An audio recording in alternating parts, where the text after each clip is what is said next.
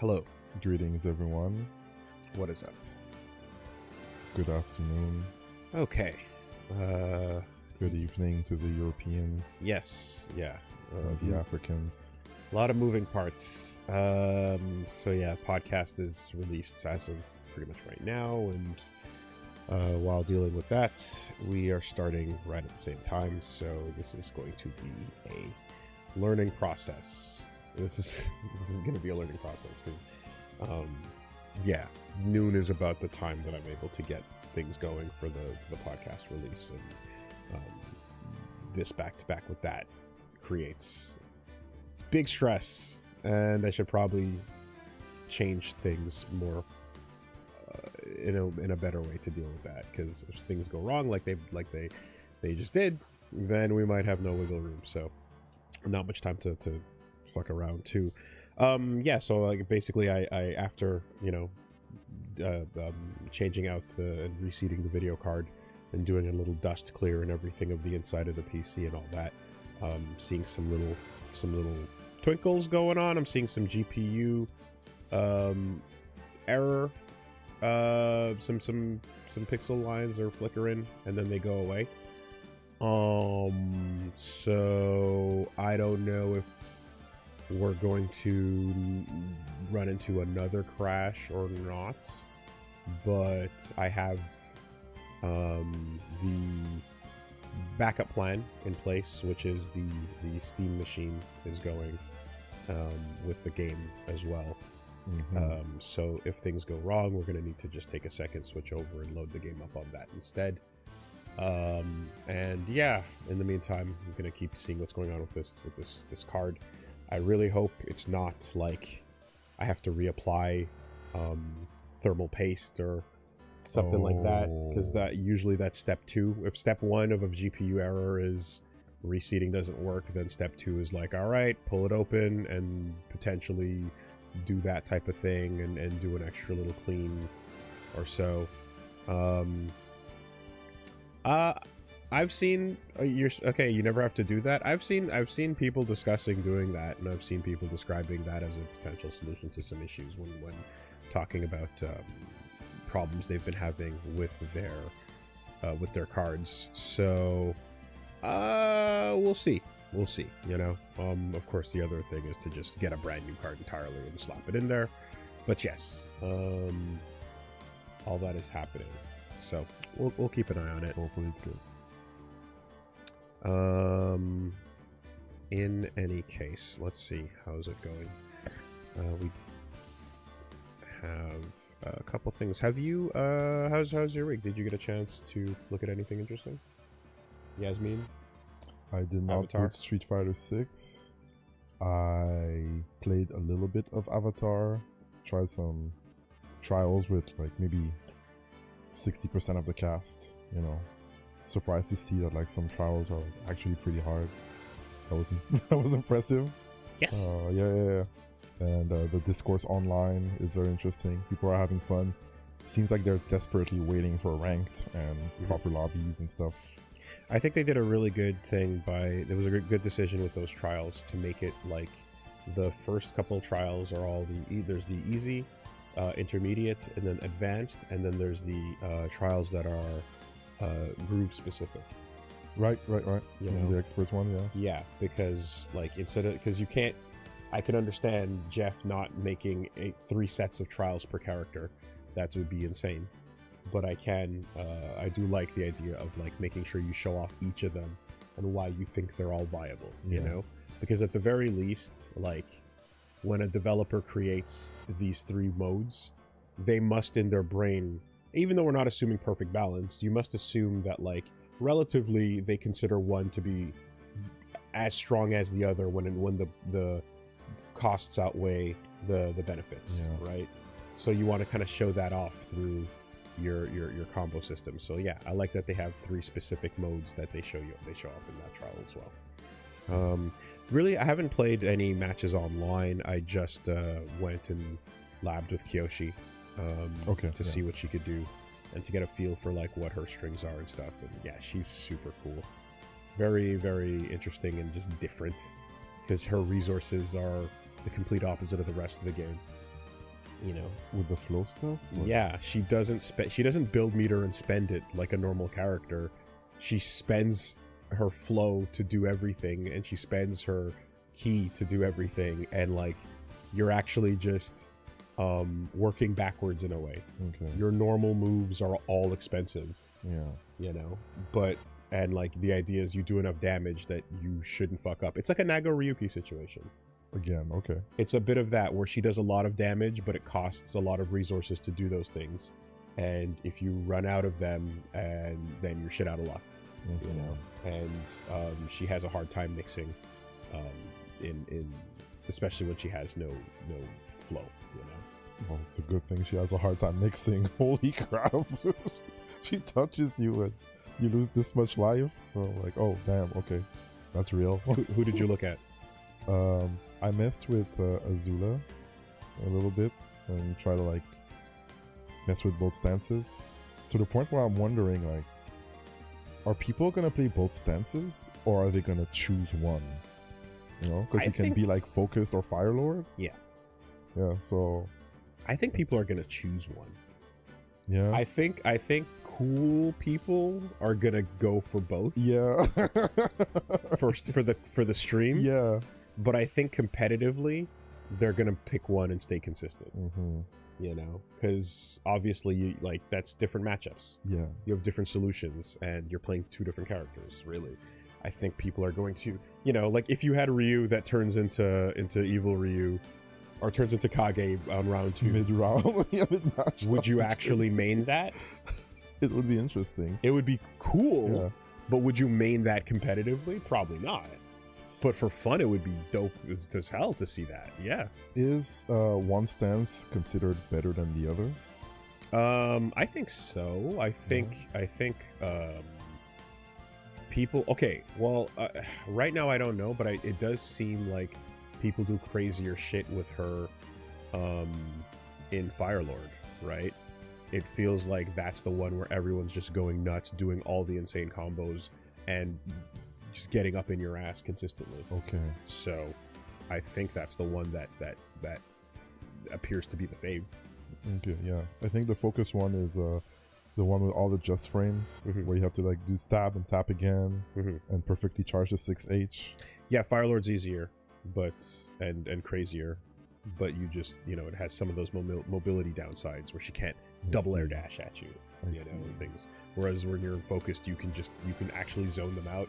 You can actually like dash in, dash out, or switch. Yeah. You can double box dash jump in the air. Exactly, change directions on people. You know, so yeah, it seems pretty interesting. And you can also, I like with Fire Lord. No, not Fire Lord. Focused. You can put the traps on the floor, but I realized like you can actually like activate the traps with like 6H or a fireball. Yeah. And you can, if you do 6H, you can even cancel off of the 6H.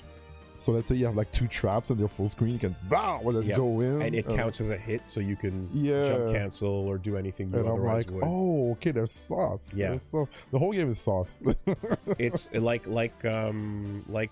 Jinx trap, where Thresh can hit Jinx's trap. Oh god. And treat it like a hit, and then use all the jump cancels or things that you otherwise would not be able to do on whiff, you know? Would you, or did you check out Ozai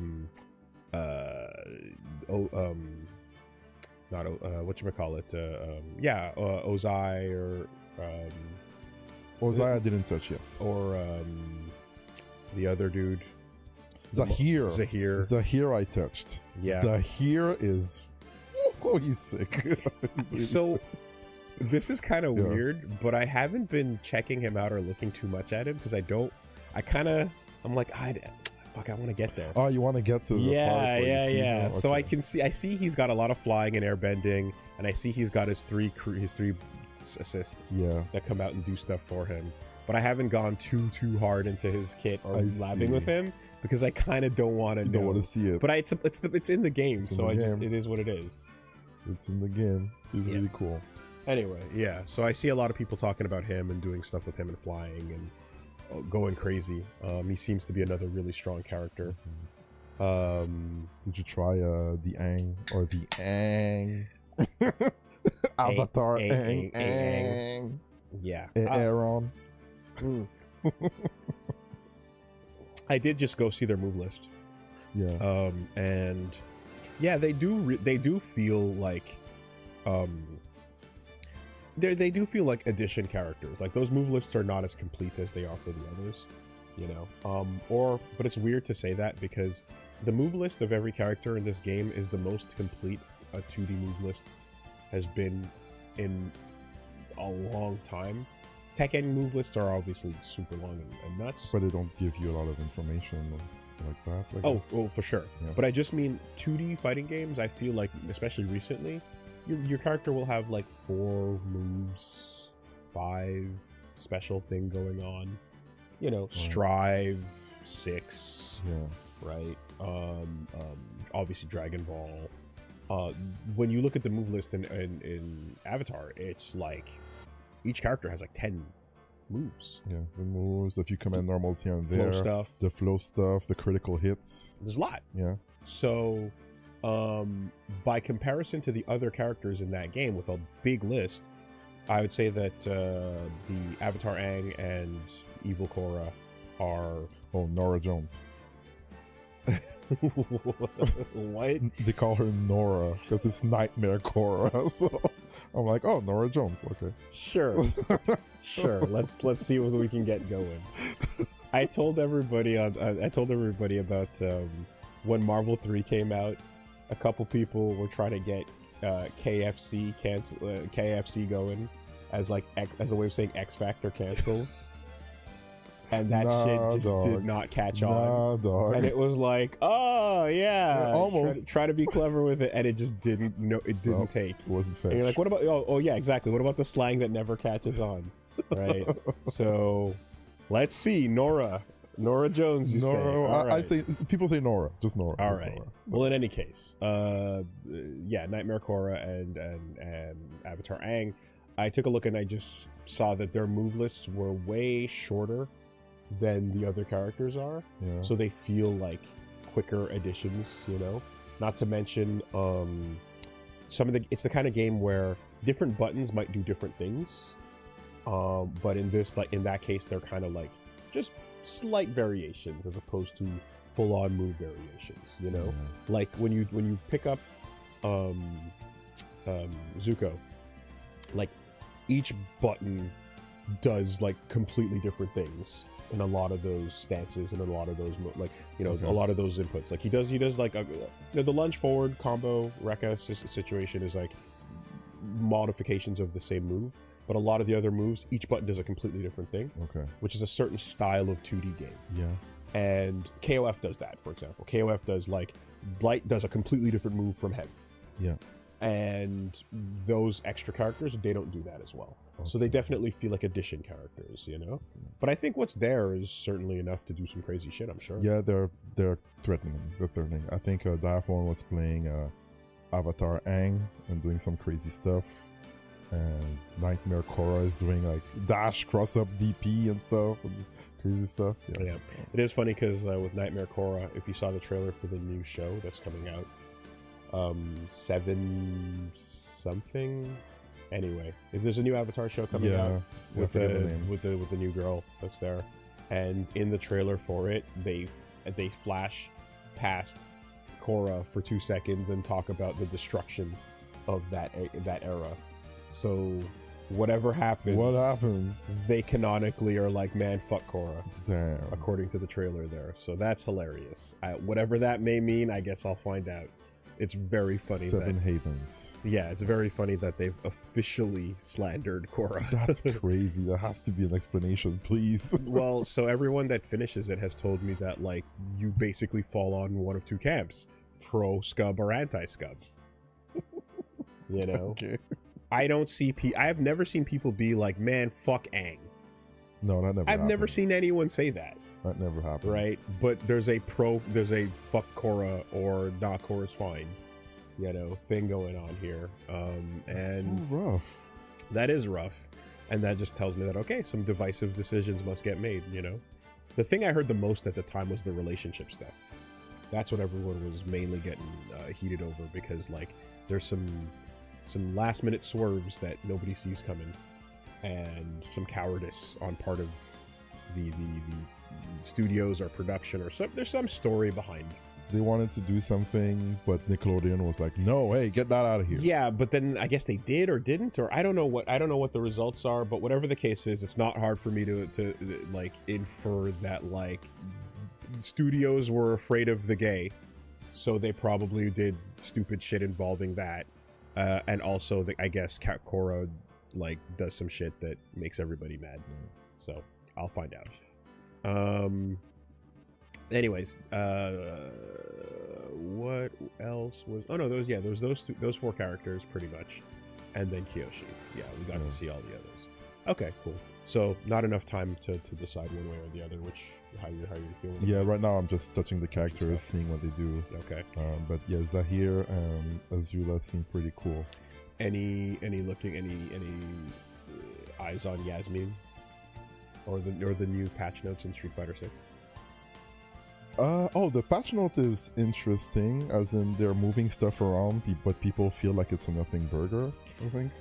Well, I think that's probably good in the sense that what a game like this, which is experiencing this level of success, should probably do is curve the edges, but keep things relatively stable, which is what they seem to be intending on doing. I think anybody that wants a crazy drastic shakeup is probably not realistically looking at the big picture, where it's like, hey, there's a game that's really popular for the first time in a long time and a lot of people like it, so let's not fuck that up. Is a pretty high directive, you know. I think things like Mai's super getting shot makes a ton of sense. And I think that's kind of the kind of stuff where you peel back on some things I can see. But like the drastic shakeup, I don't think that like that's the smartest play right now, given the state of the game and how overall stable it is. And things are not in a ridiculously, insanely broken state, but there are some stuff that's blatantly, obviously nuts, egregious, really strong, and so you just take care of that stuff. Yeah, I saw Mai, I think her super and something with her fans. Yeah, so I think they made it so that the super is no longer a reversal, so she cannot avoid she can't avoid pressure and burnout. Because people could just, when she was burnt out, it didn't matter. She could spend a bar to not give a fuck.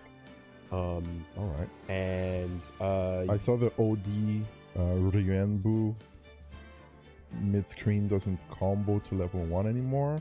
Okay. But to compensate, they made cartwheel and to jump is medium better. punch better to super. Exactly. So they shifted. They made a worse move better, and then they took it away from that. And then there was another adjustment to the fans as well. I forget what it was. That got touched.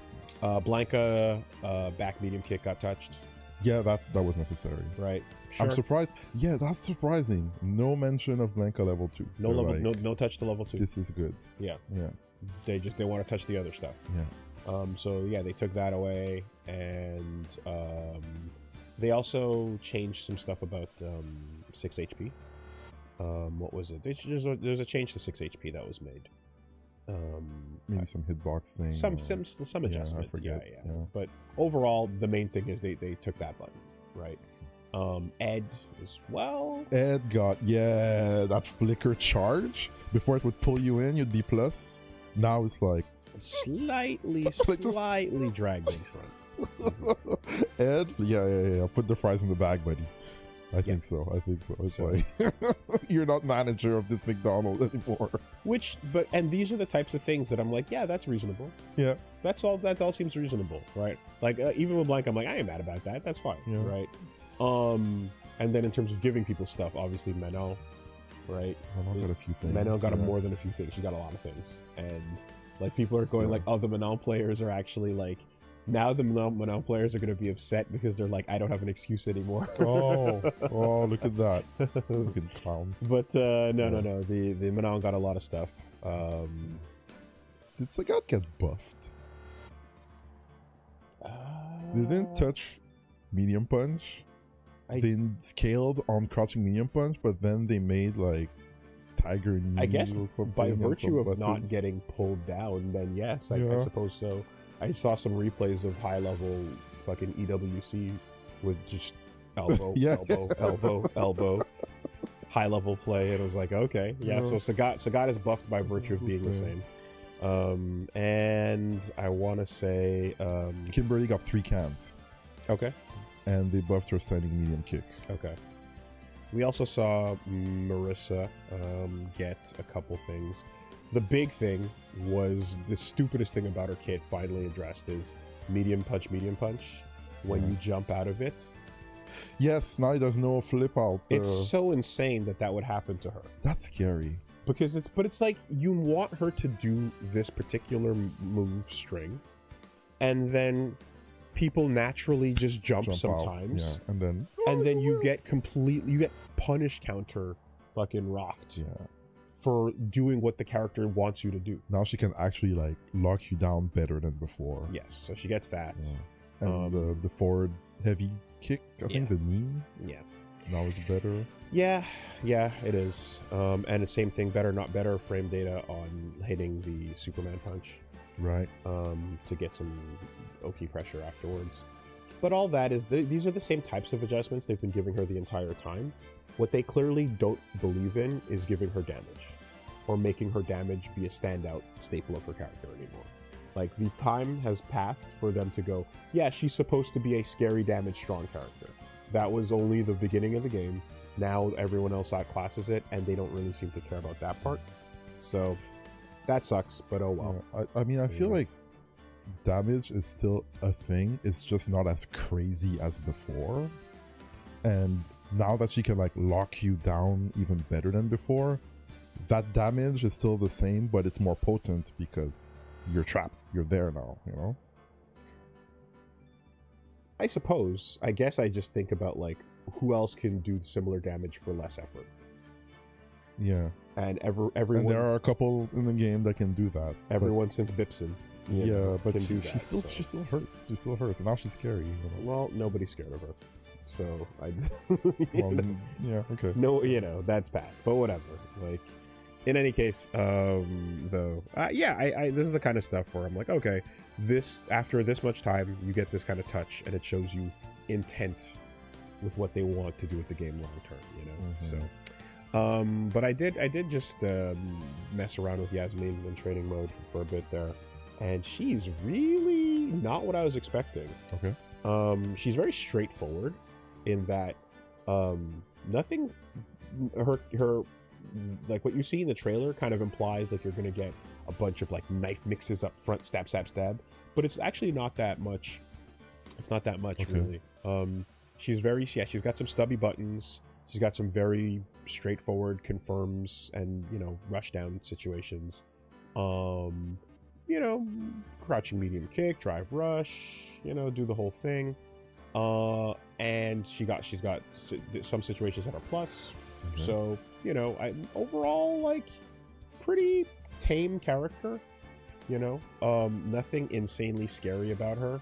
The main things is it's weird because she manages to be kind of easy and hard at the same time. Easy for people to pick up because she has target combos that like give you a lot of time to confirm. So you do light, and she does like a big extra button that like you can cancel from.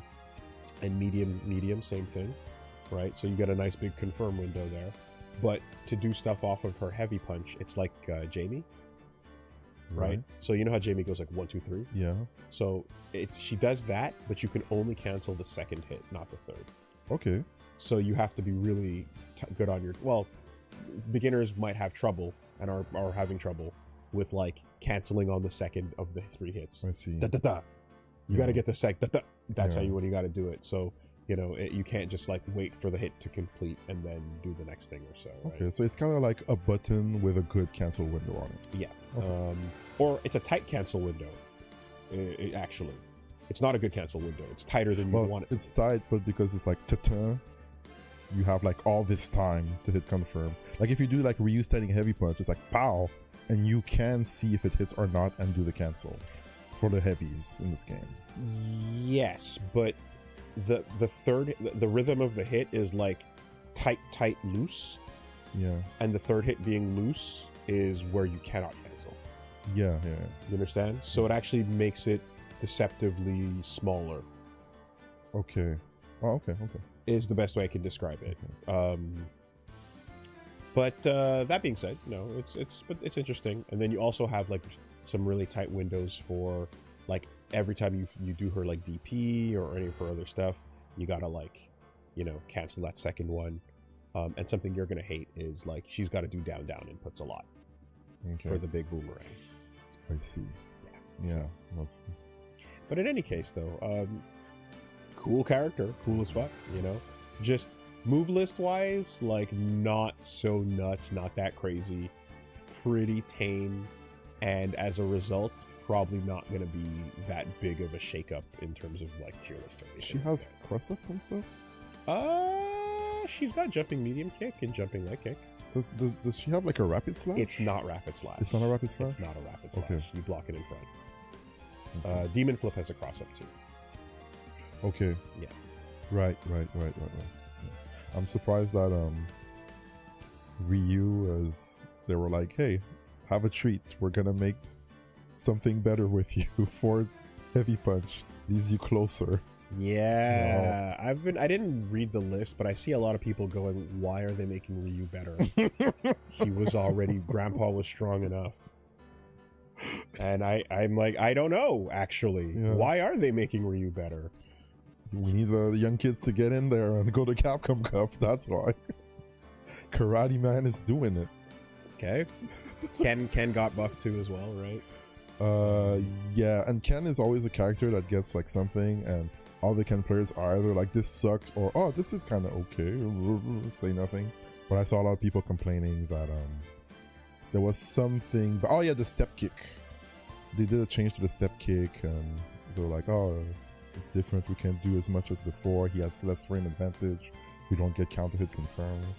Speaking of step kicks, Zangief can cancel his stomp now. The first one, yeah. No, that's good. So we'll see. Yeah, just overall interesting declaration of intent from Capcom on this. But I overall agree with the idea of like not rocking the boat. Yeah. I do think that makes sense. I think the more... So it's good, but it's still samey? Like there's no like super Street Fighter 6 happening here. Do you think that like a shakeup with like new mechanics is too early at this point? Or do you like keep going with a 10-year plan? I mean, the 10-year plan and new mechanics are not mutually exclusive. Yeah. Right? You can do both. But when they're selling a season pass that's like, like cost of a small game, like they're still getting their money from you. Yeah. You know what I mean? So they're doing it. They're still making their profit there.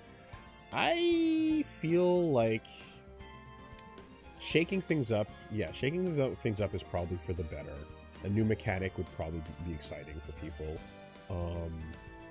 It just the question is like, how do you do something that is meaningful but also doesn't fuck with what they've currently got, which is working, but also the idea of like, but eventually the boredom will kick in with people, like we talked about with Keats.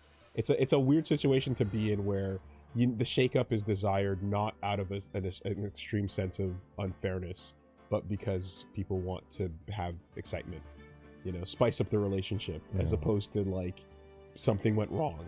There's no fights. You're not arguing. You're having a great time. But what do you need? You need more. Yeah. So anyway, I guess we'll find out. Did you spend any time with Tokon? During the last beta? No, because we talked about it a bunch. Yeah, so I did not. You didn't get to go back. I had like 45 minutes an hour, that was not enough to get a proper feel. But I'm hearing what people are saying. Reggie knows my opinions, by the way. I spoke to Reggie first before I spoke to the public.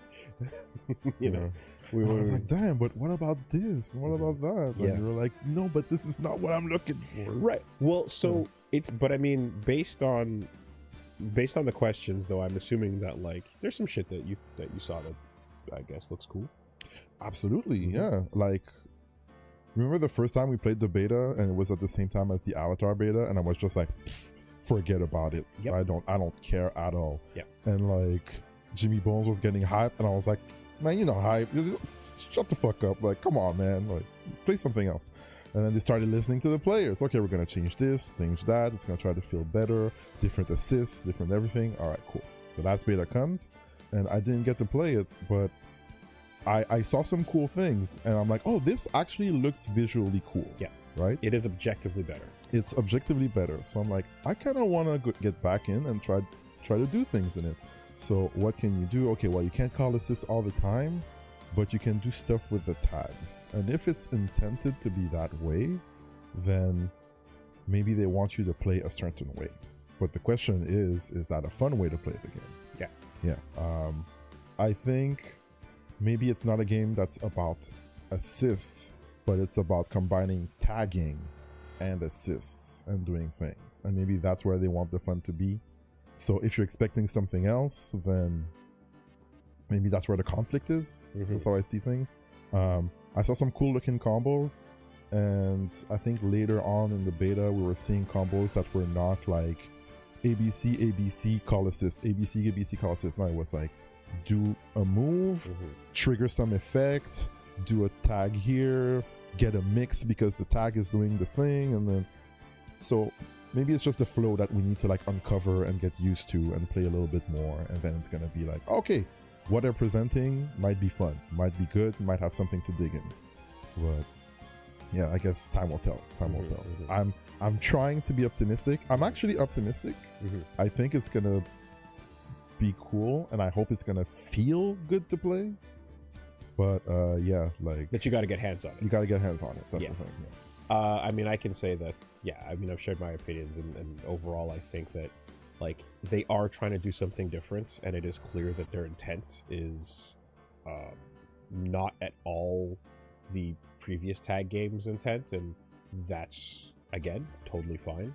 The thing that they seem to be doing that others don't is a lot. I saw some advanced stuff with a lot of hard tagging, right? So they want hard tagging to be more viable, yeah, you know, and they also want not tagging to be more viable.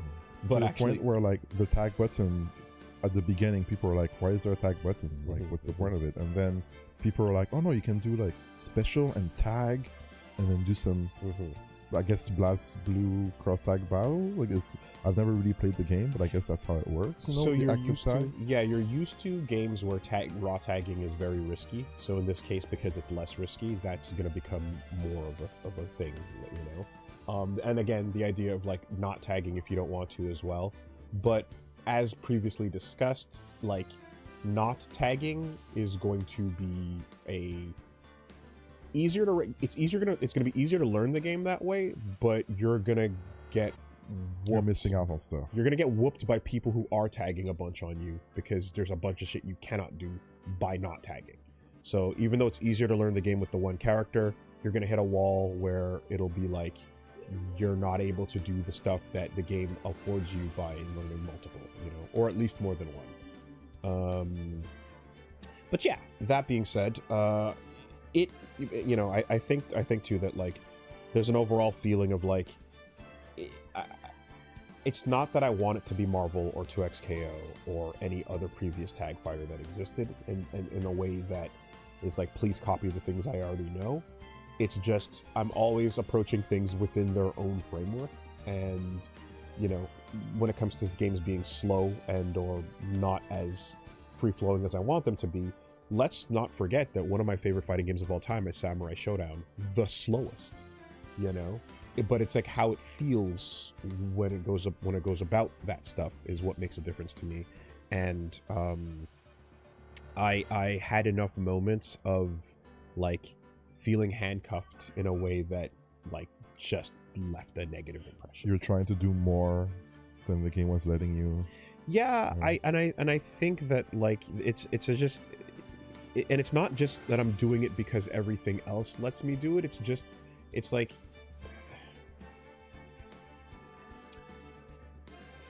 I guess there's a baseline level of like whatever you want to call a fighting game. There's like stuff that they do and then don't do and things like that. And It's really, the more you kind of break it down and get into like the nitty gritty of it, it's just these micro interactions of like, oh, that felt bad, is the best I can describe it. It's, you know, it's not even like, oh, this is different, do another thing that feels great. It's no, the thing that was here felt bad. Yeah. And that's kind of what it's like. The other thing, like if this is if they want you to do B, but A is here, but A feels bad, and making sure that they want you to do B doesn't make A feel less bad. Right. Do you know what I mean? Yeah. A is still here and it still feels bad, even though they're like, yeah, but the point is we want you to do B. And I'm like, I know you want me to do B, but why does this feel like this? Just, that's the thing, you know? So we'll see how it goes when it releases, and I'm going to, like I said, I'm going to keep my eyes on him. I'm going to touch. I'm seeing the primers for Hulk and for, you know, Loki, and like, let's be real. I didn't see the Loki one yet. Loki just came out, and there's been some leaks, you know, there's been some leaks and fucking huge gas leaks about stuff overall. And like, but yeah. I can't deny that, like... An old toilet, you've been in every chat going crazy on every time I've talked about Tokon, by the way. You're getting, like, I don't know how personally you're super invested here and, like, mad about me talking about it, but I've been watching you go nuts every time I talk about Tokon. And they say I'm a nut. I'm sorry. It seems to be making you upset. Yeah, you need to chill. You actively need to chill because it's happening too much. Old toilet is like, Tokon, get in here. Yeah. Anyway. Yeah. I'll say that, like, it's always, if I'm not interested in a game, people being hyped for the game does make me want to go like, oh, you know, maybe I'll try it. Yeah, that for sure. And I am feeling that with Tokon a little bit. I'm like, I wasn't going to, like, spend on it, but now I'm like, shit, I kind of want to try things with other people and join that thing. There's a part of me at the end of the day that's like, yo, Blade is sick. Yeah. Magic is sick. Carnage is awesome. I love the Hulk.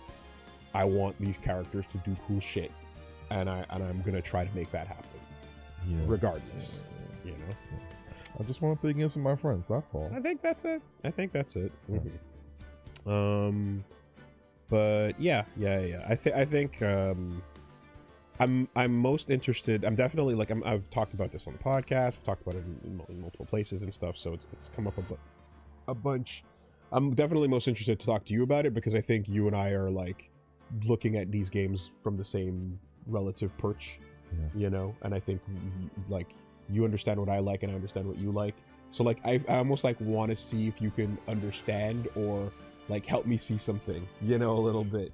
Because you see the shit that is activating when I play Avatar.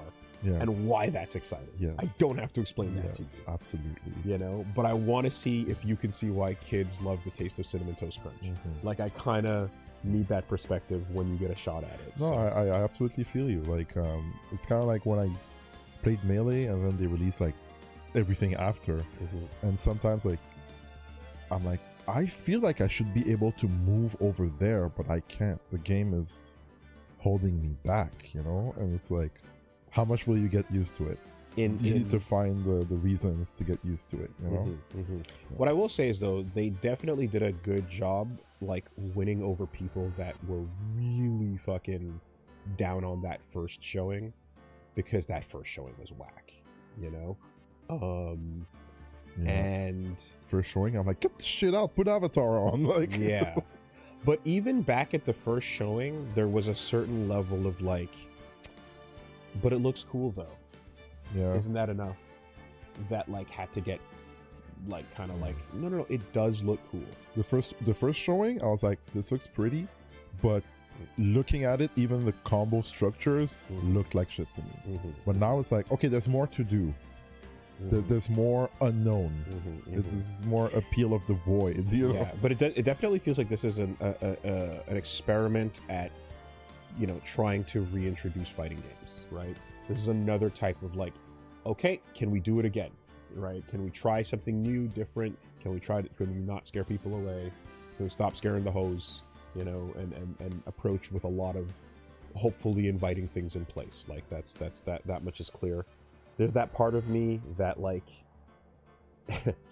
Yeah, there's that part of me that is like, oh man, like somewhere that first reveal moment of what everyone thought they were seeing when they saw it, which is like Marvel Guilty Gear, you know? Yeah. It's just, it ain't that.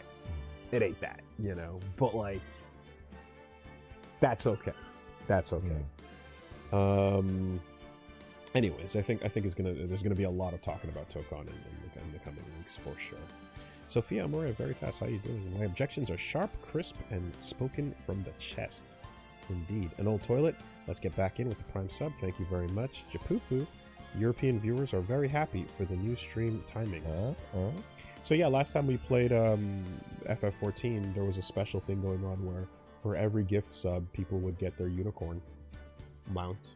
So a bunch of that was happening. Last time around, you missed everybody got their gay horsey. It was quite a good time. That's probably the best part of the stream, I guess. Mm-hmm. Yeah. I saw you were fetching a bunch of shit and wine and whatever. I was like, God damn. I was like, fuck, it's the real experience. How was your movie? It was pretty fun. All right. It was pretty fun. Yes, I saw Backstage Madness, and I was a bit disappointed. I thought it would be like more messing in the movie. And then I saw The Leader, which stars a few people, including Jim Parsons, who plays Sheldon in Big Bang Theory. And I was like, oh, that's weird. But the reviews were good, and the movie was good. It was about the Heaven's Gate cult. Oh, the cult. Okay. Suicide thing. Okay, yeah. And it was, the director was there, and he said, I was 9 when that happened, and it was in my town. And the parents were like talking around it to not like affect the kids. But it affected me, and I made a movie about it and talked about cult and watched a bunch of footage, and it was very interesting. Yeah. Okay. Uncomfortable as well. I've been telling everybody about Jim Queen. God damn, that was good. Such a good movie. God damn, I cannot believe how good that was. And it was your favorite, eh? Yeah. I can't believe it was my favorite. It was your favorite, yeah. Like, every joke landed, and it was very funny, and yeah, people. I hope that it plays in more theaters. I also hope that it translates well, because when it gets dubbed over, some of that might. Shit! Yes, true. I'm you French. Loved it. You're French. Oh God! You forgot that you're French. Yeah. No, but you're so right. You can dub something and it loses the flavor, and then like it's not the same cultural effect on it.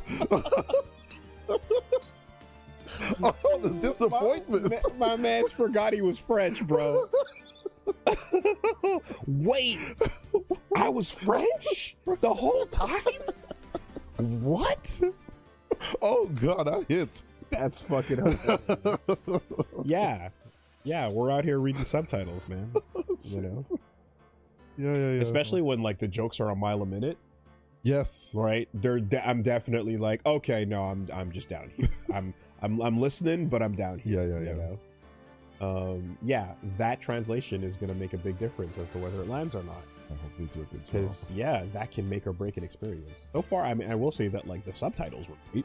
Yes. So that works out, but the performance and how they handled it. But overall, premise and jokes and everything happening on screen relax. So we will find out. French remembered how tragic. That's so fucking good, dude.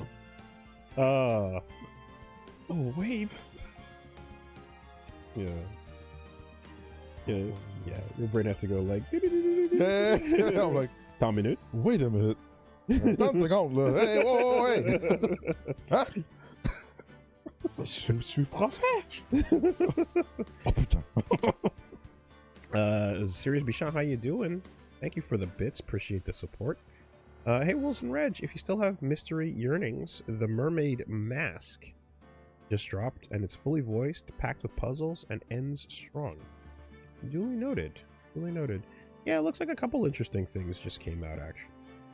I was just eyeballing new releases. There's something called the Big Walk, I think. It's the Goose Game people. Yeah, there's a Friendslop, right? So better than, but not, Friendslop is derogatory. Oh yeah, it's better than Friendslop. Okay. Right. What I'm seeing when I looked into the reviews and everyone talking about it is like, it's better than Friendslop. Don't call it that. I see. This is co-op The Witness, but like done right. Okay. So yeah, it's not just, Friendslop is like, go fuck with your friends and make them mad, lol. And this is like, no, have a good time together. Experience this whole communication journey made during or planned during COVID. What's going on, Super? How you doing? So, by the way, we're taking our time today simply because I have to believe that there's not that much Phoenix Wright, and we're catching up after a full week of, you know, not being. I think we'll be okay. Just in case you're wondering where the game at. I recently discovered newfound hotness and old hotness, the KOF 2000 games, with Angel and Hell. She's cool. Old Ted FGC question. Oh, that reminds me. Sorry, before I ask your question, when I went to check out, when I saw Don Hertzfeld, right, just dude sat next to me, was like, "Hey, what's up?" I fought Reggie in your KOF 2002 Ultimate Match stream. Good lord. I used Ralph, and you were yelling at me to do it. Do it. I was like, "Oh, what's up?" You know, so like, yeah, that's cool. Just ran into a random player that jumped on our stream to fight. Galactica Phantoming, huh? Mm-hmm. Out in the streets, out in the wild. Who is your favorite hot but hard character from the 09 era or older? SF5 generation and beyond don't count. Okay, so 09 to SF5. That's Viper. Yeah, that's the correct answer. Sea Viper, baby. That's a very small window too, right? That's pretty much 09 to 09 or 20, before that. That's 09 to 2014. Oh, 09 or older. For the 09 era. Or like, okay. Yeah, Sea Viper. Sea Viper is the right answer. He's fucking sick, but too sick to use. So I quit. Yeah, I wanted to play her right away when I saw her revealed in Street Fighter 4, but I couldn't handle it.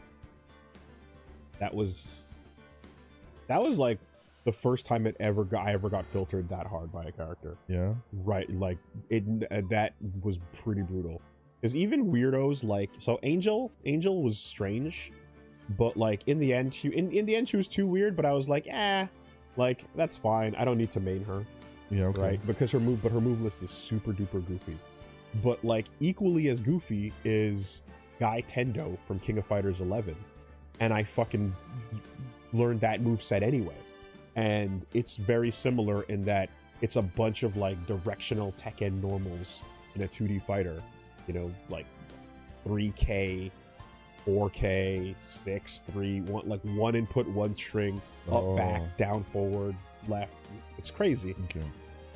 But he's cool as hell, so I loved it and I got used to it and I learned how to play him properly, you know. But you have to learn a completely separate game, and yeah, I played Baiken in all her games, and Baiken is a completely different game from the rest of Guilty Gear.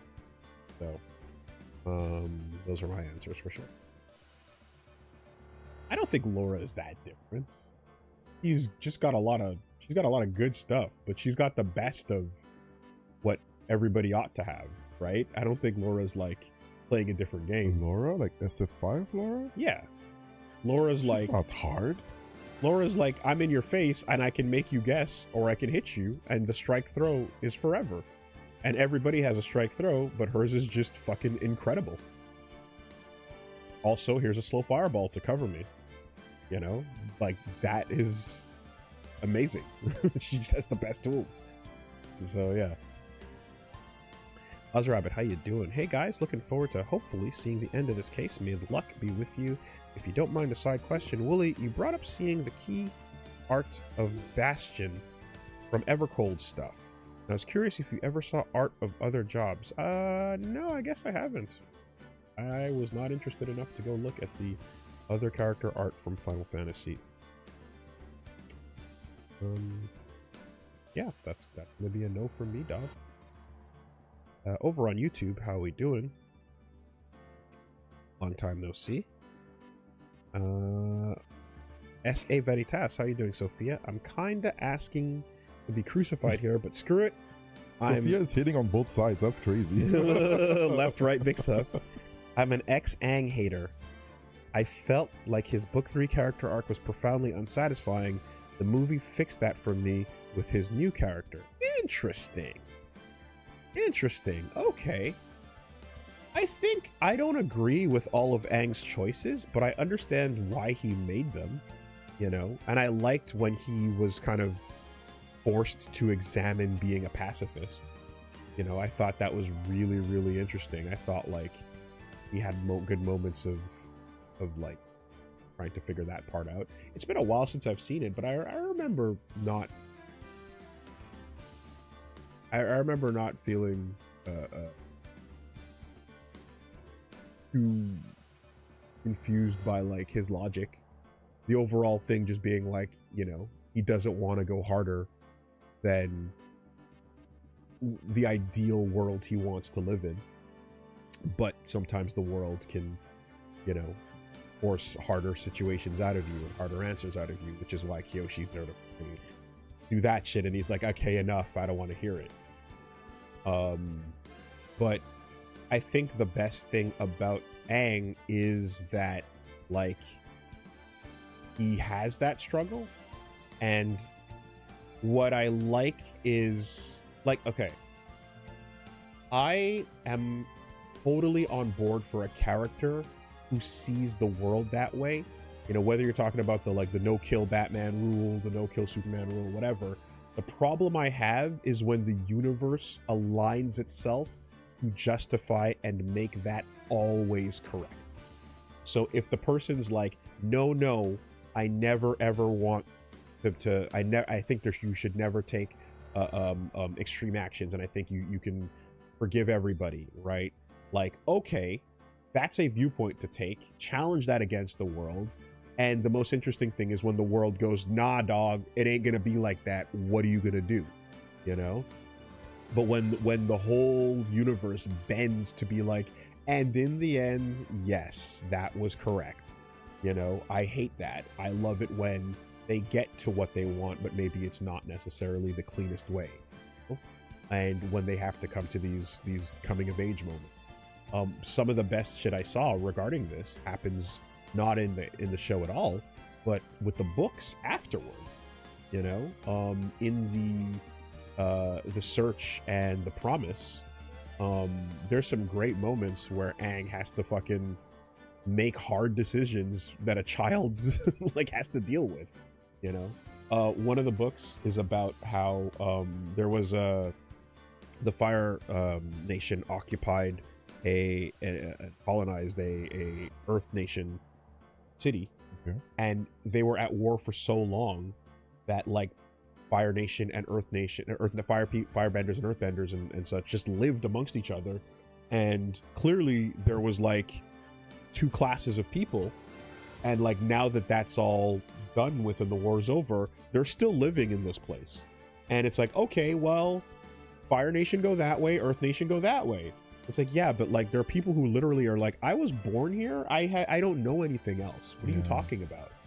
You know, and then they have examples of like families that are like, you know, constructed around this merging of people. I see. And you have a moment where you go, okay, well, if you want to draw a hard line between people, what are you going to do for people that can't possibly do that? You have to come up with an answer, you know? Okay. And I thought that was really great. I love that type of moment where a character that just thinks it's super simple to go, you know, red team go red, green team go green, and then yay, everything's fixed. And it's like, it ain't that simple, Aang. You know, so I think that it is pretty solid to kind of bring that type of problem. And I would definitely say that, like, we have real world obvious analogs and real world historical analysis to look at to study these things, you know, and it's the type of story that great for a character who these things in somewhat naive, simplistic, but wholesome way. Yeah. I don't know. How do you feel about Aang? I didn't know people had issues with the end of his arc. So this is news to me. I thought him trying to figure out some kind of solution to not kill a motherfucker was pretty cool, and the way that you see him struggle with it, I thought that was a beautiful thing to watch, personally. Yeah. And like, yeah, people are like, oh, maybe you'll find a solution, and like Kyoshi is like, nah, just do what you have to do. You can't. Yeah, you can't let him go like that, buddy. I mean, I get the whole severing the conversation part of things, but boy, does it make it like, well, now you got a bunch of cool shit we can't see anymore. You know, it bums me out from a lore perspective, that because yeah, it just kind of like makes it that you can't see these cool previous episodes. No, I really think that as well, when it comes to this stuff, I'm reminded of there was a moment where on a similar subject matter at the UN, a number of representatives from a couple African nations came through and sat down to talk about, like, you know, what to do when two cultures and two people are together in the same space, and what happens with the conflict that arises from that, and how you get to a peaceful resolution. It was really interesting because, like, their take on it was effectively, they're like, hey, our history, our nations have been through this, and we have directly had super recent wars where people that absolutely have been enemies for an extremely long time have had to come to terms with the fact that we've both been living in the same space, and even though we didn't want each other here or there or whatever, we have to figure out how to move forward from that. And it was a really interesting talk where they basically just kind of go like, there's a point you have to decide that, like, okay, things are so entangled that history has to begin now. And you just have to look at it and go, there are people who are, children are born not having any say in this matter, that are like yanked on both sides of this equation. And it's like, you can't possibly just go like, fuck you, that's not your home. Of course it is. You were born there. That's all you know. So they had a real good moment about that, and I was kind of like, yeah, this is a really interesting moment in history, and seeing Aang have to deal with the equivalent of that in our little cartoon story was like, oh shit, yeah, shit, okay, you know. Anyways, very cool. How's it going, Sonic? Sonic boom, Sonic boom, Sonic boom. No spoilers, but warning, the fourth case in the next Ace Attorney takes some swings. I mean, that's a long time away, right? That's a long time away. The fourth case of Ace Attorney 3, I think there'll be a while before I remember this message. And Sonic Boomers again, thank you very much for the support. You guys got canon material. You accept this canon. Wendigoon did a vid on mouthwashing and played Jimmy and constantly mispronounced Daisuke name a million different ways. That feels like Jimmy. Oh. I mean, yeah, I guess any of the jokes that we run with long enough, right? Any of the bits that just become like parts of the character whenever we come up with an angle of something.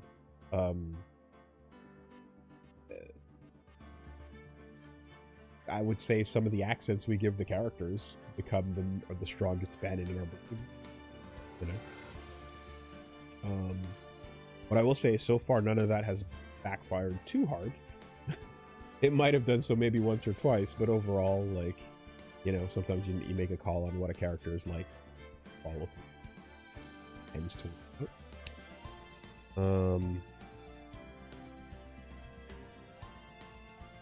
Yeah, I feel like there was something in FF16 that I might not be remembering.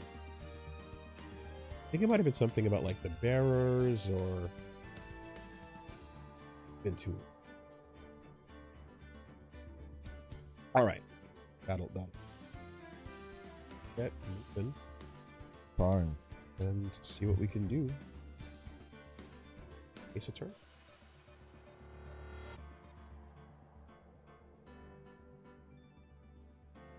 Where were we?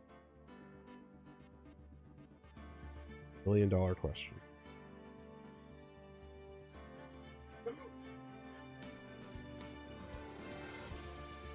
That's correct. That's correct.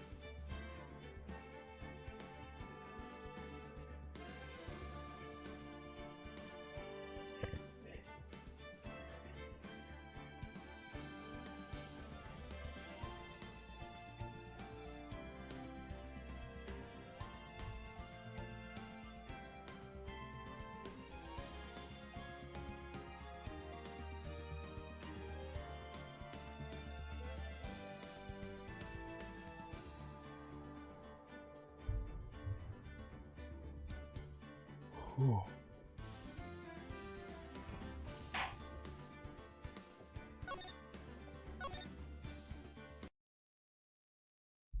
Okay. So last time on Justice for All, we were talking to Dakira. Mm-hmm. And through a dancing transceiver, the killer is trying to implicate Andrews. Yeah, that was not nice. And the killer says that Andrews knew from the beginning that Corrida was dead. We present the juice glass as proof that Andrews thought Corrida had fainted. Mm-hmm. And the killer's testimony, he says that he met his client at a bar. He needs to look them in the eye. After the slightest bit of pressure, he cracks and goes, okay, it wasn't eye to eye. And in fact, he says, I trust him, even though it was letter correspondence. And we said, him? The fuck you mean him? What do you mean? And then the killer was like, okay, I was just trying to sound cool. They sent in a message, and I said, yeah, sure, I'll go kill them. That's crazy. He was so cool. He was so cool, and then... Oh. But it's not just that. It's also that it lined up with the idea of the prideful killer that's going to spoil the case for his client. Because he's like, I take more pride in my job than I care about you and the money you gave me to do this. So, like, you know what I mean? Like, I prefer that version of the case, so I wanted to believe. You know? I want to believe that, like, you hired the jackal to do your shit, and then at the end of the day, they're more obsessed with the kill than they are with the client who even paid them to begin with, you know? All right, here we go. So you took this job through a letter. He didn't mention anything about a letter in his earlier testimony. Right. Which means he's definitely lying. Be careful, Phoenix. If you break the assassin's testimony completely, it's over for us. I know. I can't make him suspicious, but I think we're okay. Like, we can do this. As long as he's standing there across from me. No matter how strong of a punch I throw, he'll counter it. Now then, let's begin the cross-examination. Cross-examination. Request taking part 2. Fun detail. This transceiver looks like the old man. Look, if you will. With the long face? Look at this. That is so silly. Isn't that crazy? I had not noticed. Monocle, yep. Eye closed, mustache. I never noticed. Zip down the middle. You're talking to a robot, the killer. That's good. Incredible stuff. Incredible detail. Completely unnecessary. Love it. And this is his eye looking around. Really, if you think about it, right? The white of the eyes, the red is the middle. And he's got also like a mustache thing going on if you accept the box at the bottom. Yeah, like no, mustache. that's what I'm saying. This is his mustache. Yeah. 100%. Goddamn. What was the...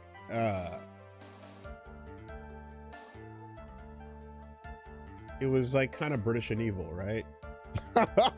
Yes. Oh. Yes, now I remember. I took that request by mail. There have been times when I took a job without having met my clients. The request is for a murder of one corrida and 2 or 3 other small things. When I saw the name at the end of the letter, I thought my client to be a man. We've pretty much reached the end of our rope here. Huh? Seems like we're still okay to meet. And that's exactly what is so bad. At the rate we're going, we will end up completely destroying the Khalees' lie. Ah. If we do that, you already know how serious of a situation. Slow it down. Slow it down. Don't break him too fast. Hold on, boss. Not yet, boss. Not yet. Oh, yeah. Right. All I can do now is pray that those items reach us in time. Yes, now I remember. I took that request by mail. Hold it. Didn't you just say that you always meet your clients? Yes, I suppose I did say that. However, there are some clients for whom a meeting is simply not possible. Didn't you meet your client this time? No, I did not. Oh, come now, let's stop with this game of cat and mouse. Using your silkiest voice is not going to work on me. Oh. All right, then. Just cough it up and confess. Mr. Wright, you can't badger a witness with such harsh words. You're a lawyer, so behave like one and present evidence instead of mindlessly yelling. Now then, do you have any proof that Mr. the Killer met with his client? I do not have proof of that.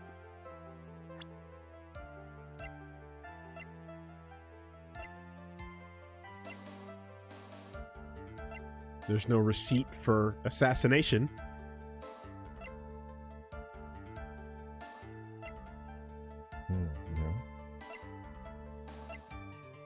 Yeah.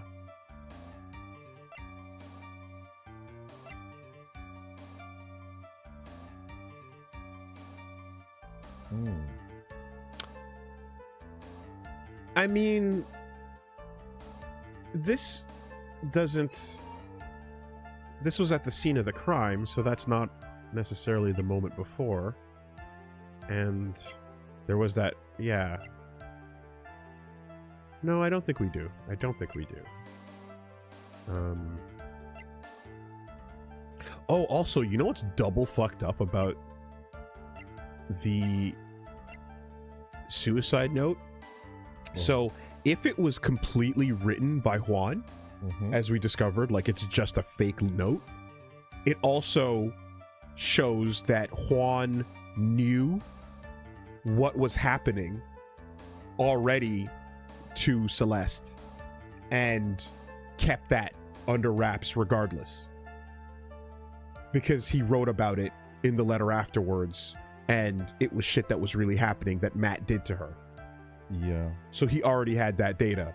It wasn't like, oh, he discovered it with the letter and then here comes the big moment. He faked the letter, thus he super knew already. Yeah. And was waiting for the right moment. He's a super scumbag. Yeah. Super scumbag. Absolute dog shit.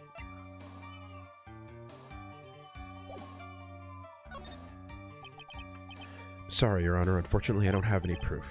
I see. Then your line of questioning was just another waste of time. Sadly for us, Your Honor, that is the nature of right and wrong.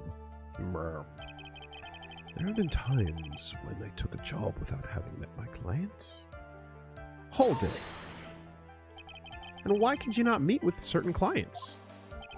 Recently, I've been receiving more requests. If I met each and every client, I would lose some nice business opportunities. Oh, nice business opportunities. On top of which, the times have changed.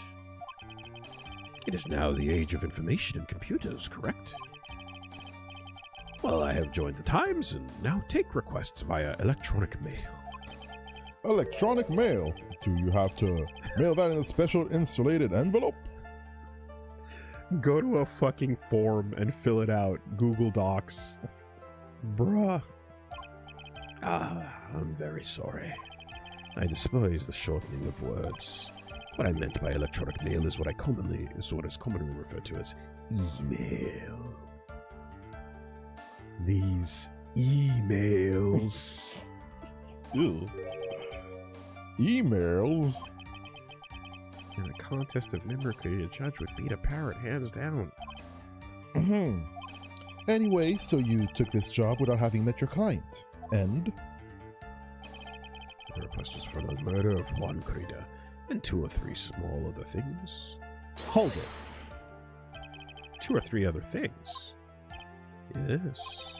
And what were these other things? A few other things that have nothing to do with this case.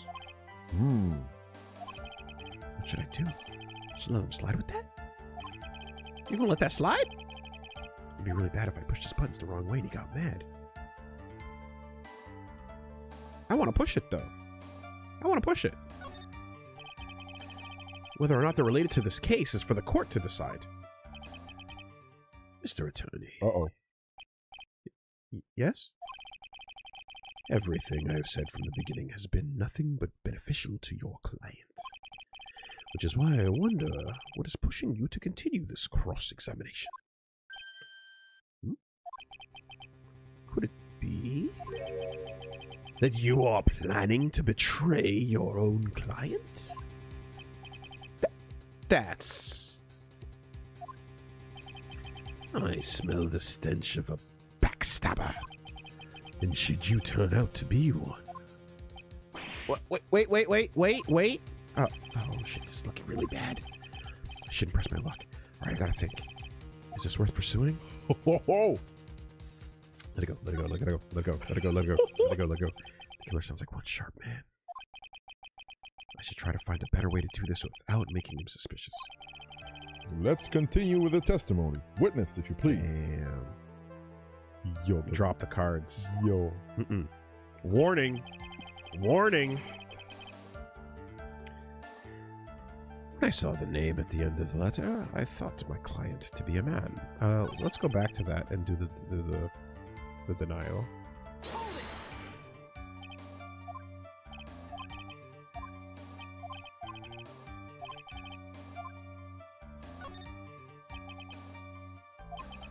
Yeah, okay.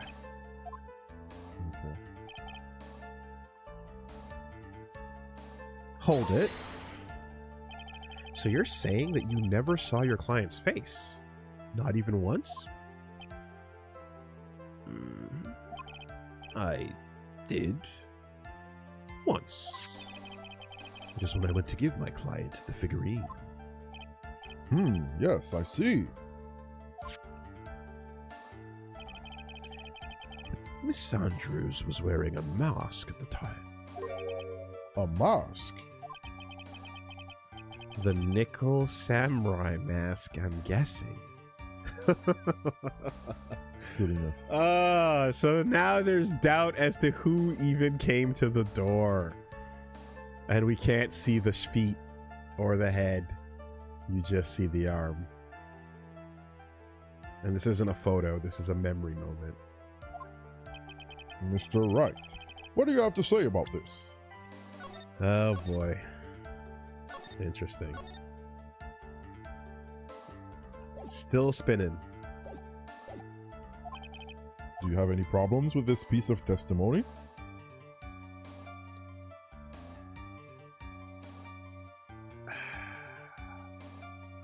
I'm gonna have to press something. Let's see, is it gonna give me a warning? Wearing a mask.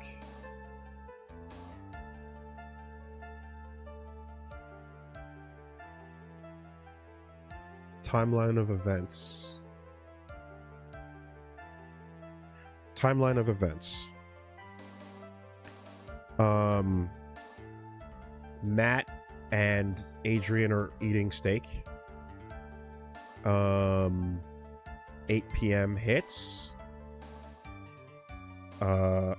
Adrian walks out of Matt's room carrying the stuff, walks into Juan's room, and walks past Lotta. Okay. Sees Juan, thinks he's alive, pours the glass, puts it down, drops the water,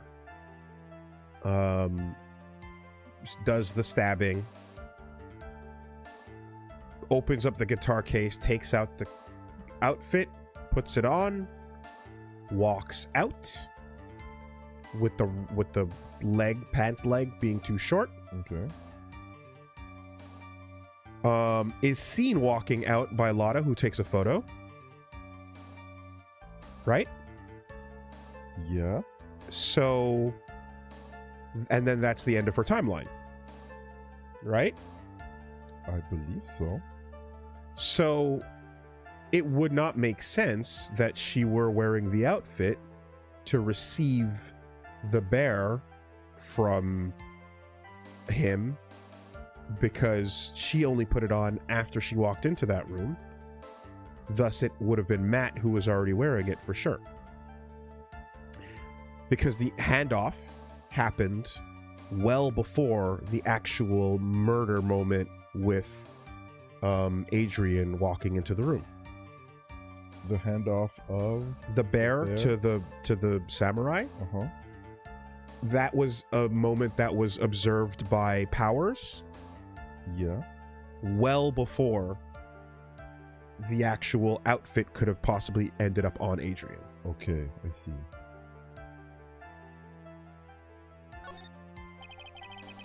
One thing does sort of stick out at me, Your Honor. Witness, I think you most definitely saw your client's face.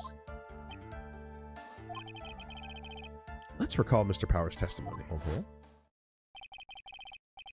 After the award ceremony, I went by myself to Matt's room. Matt was standing there in front of his room, still in the nickel samurai costume. Matt gave the bellboy a tip. Right. You received quite a large roll of cash from Mr. On Guard. And at the time, he was not wearing his nickel samurai mask. Oh! Order! Order! Ah, yes, now that you mention it, I do remember that.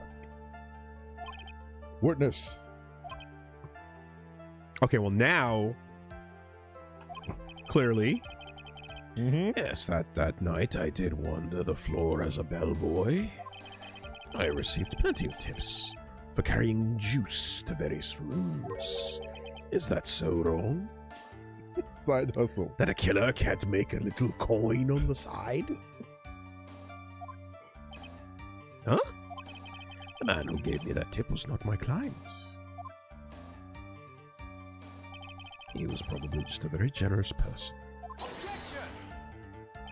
Objection. I'm sorry, but sadly we are not nearly so generous here. We were talking about the LP on the podcast, and some of the VTubers were asking if we voice out the objections. No, we don't. We kind of. I do. Yeah. I like to. But if you're not straining it, you know, if you're keeping the throat, I guess keeping the thrushy fresh. I guess I should maybe go out there. You know, it's the funnest part of these games, bro. It's the funnest part of these games. Yelling at the DS. Come on. Anyway. If I could receive large rolls of cash by simply bringing people things on trays, then why on earth would I stand around here prosecuting? Oh, the deja vu. Isn't his salary more than enough for one man? Music cut. And where is your evidence that the large roll of cash was not in fact a tip? Come, Mr. Edgeworth, show me the money! Show me the money! Was that out at this time? I guess so. Yeah, this is so, yeah. Probably like early 2000s. Yeah, it was 90s, right? Yeah. Jerry Maguire was 90s? That makes sense. Yeah, fine. 96? God damn. What? Mr. Attorney. Yes? You know, I think your line of questioning has been a little strange. In fact, I would say you don't seem to believe Miss Andrews is my client. No, it ain't like that at all. Lies aren't a good thing, you know? Oh, I know and agree. Lies are not a good thing at all. He does dislike lies. I think we're on the same page now, aren't we, Mr. Attorney? Mm-hmm. Remember, if I feel threatened in any way, I'm free to cut contact anytime. I'm sorry, please forgive my foolishness. Moshawake arimasen. If only you were this apologetic all the time. Anyway, I do not see a huge contradiction here. Therefore, you may continue, witness. That's right, Nick. You huge bitch. You stay there. Pussy wall blood clot. That's what they said back in the days. Kids will do that. We've pretty much reached the end of our rope here. Huh? Seems like we're still okay to me. And that's exactly what is so bad. Right. Damn. Okay, so we pressed, but we can't press too hard. Request by mail. Job without meeting the client. 2 or 3 other small things. Thought the name was a man.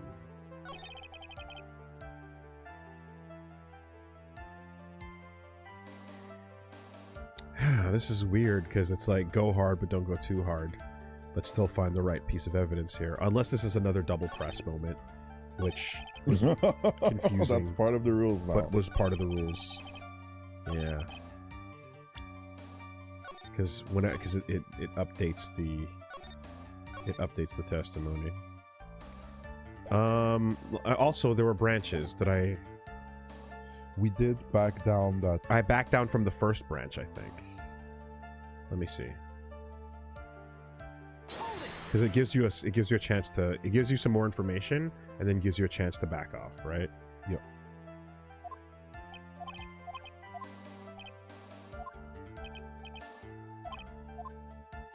Spill the beans. Yeah, this is a silly one. And this one we said. I said I don't have proof right away. So let's say I do. We've come this far. I have to try to prove something here. Oh, there's the damage. Oh shit, yeah. Are you sure about this, Phoenix? Here's the proof that the witness met with the client who wished Mr. Kurita dead. Yeah, okay. And then you're trapped in.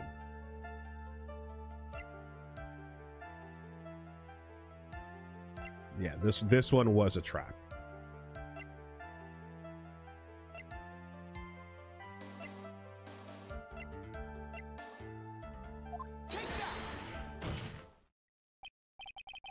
So, what do you think? You may say, what do you think? However, I am, for all intents and purposes, a transceiver radio. Ah, that's right. You can't actually see the evidence. Well, I don't think this was one I needed to see. I can hear the pure silence in the air there. Yeah, okay. Right. Nobody was impressed. Okay, so when you press that one, you get pushed into a dead end. When you press this one, he gets sus. Twice. And then you get a second confirmation on it.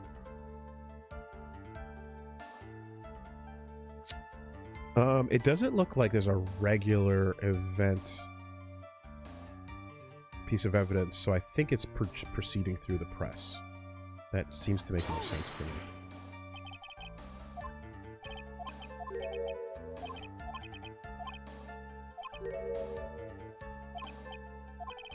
Actually, I want to go through... Actually, hold on. No, wait. I'm going to go through the 2 or 3 items. Because there's more meat on the bone there. And that does sound as well like something that could lead to stalling for time. Okay.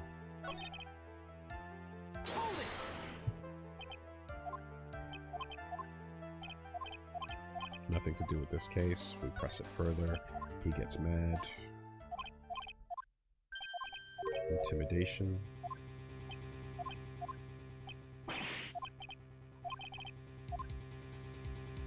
And if we press further, instant game over?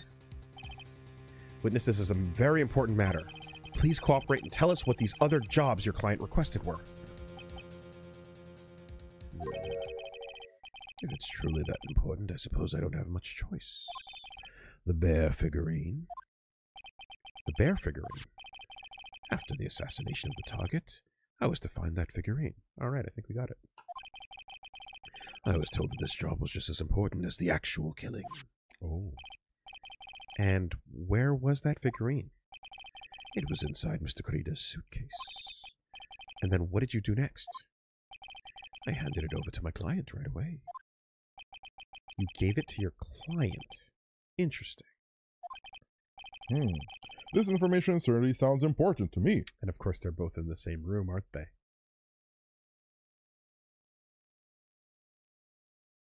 But only one is wearing the outfit at the time. Witness, please include what you just stated in your testimony. There we go. As you wish.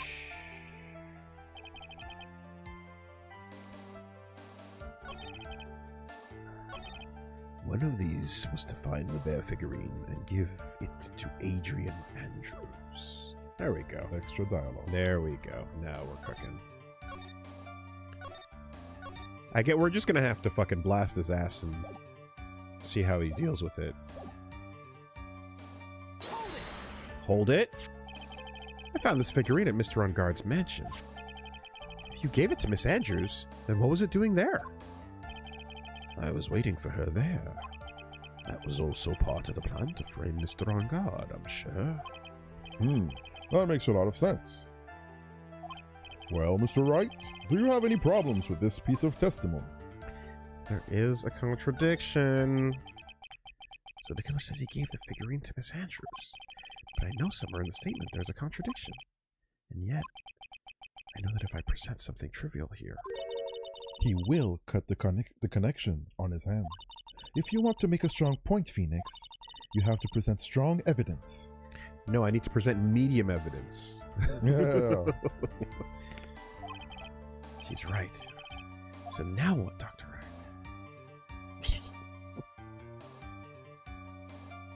Dr. Wright, huh? Let's try it. Witness, let's go over this one more time. You gave Miss Andrews the bear figurine, and she told you to take the bear and wait for her at Engarde Mansion. Is that correct? Yes.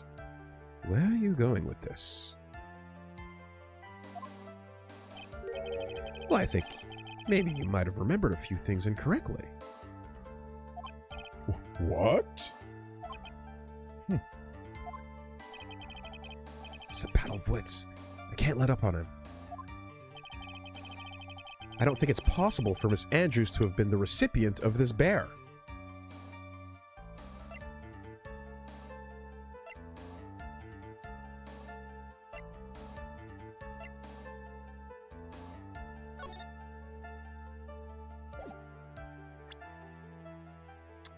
If it follows my logic.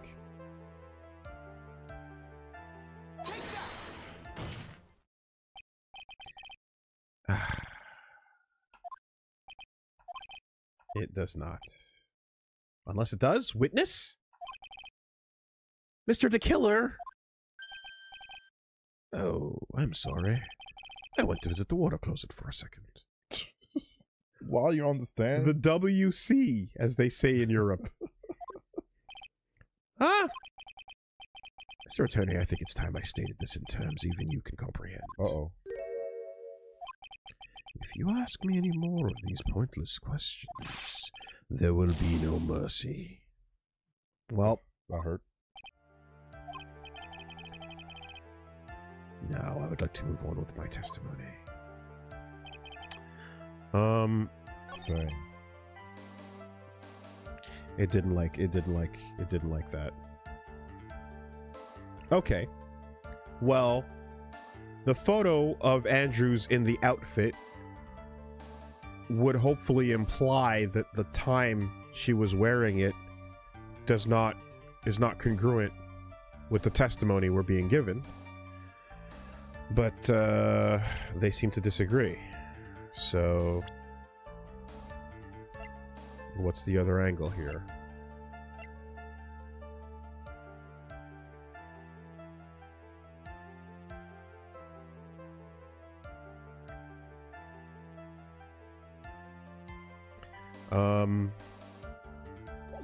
Here, let's see.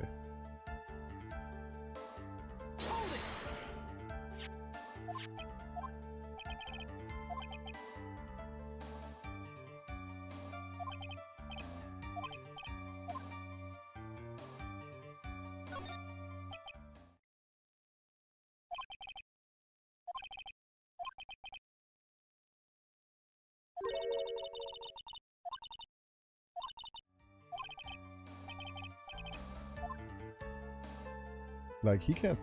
The killer gave the bear to Andrews, he says. And that's when we don't see the face, right, on the picture, and we just see the arm. Yeah. So, but this doesn't make... Okay. So then the implication here is that it's not an actual handoff. We're seeing a picture of him handing it off. He's saying... Like, we're seeing the photo of the handoff. Oh, you don't know if it's a give or take? Or is that... No, that's not what I was saying. Okay, never mind. Like, this sentence is what? She told you to take the bear and wait for her at On Guard Mansion. I walk up to you with the bear. The photo is me handing you the bear. Or not the photo, the memory. But then you don't actually hand me the bear. I go, keep it, go to the mansion, put it there and wait for me. Is what his testimony is saying. It's just a picture of the moment. Okay.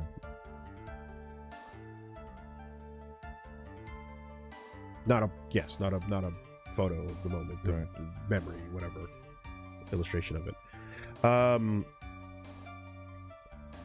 Right, so she didn't take the bear is what he's saying.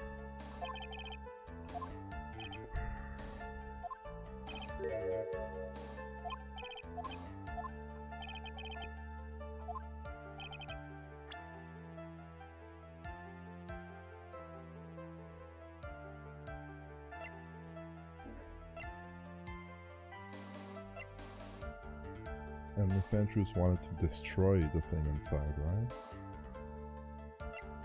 Yeah, the letter. So her alibi would have to be where she was, or okay, prior to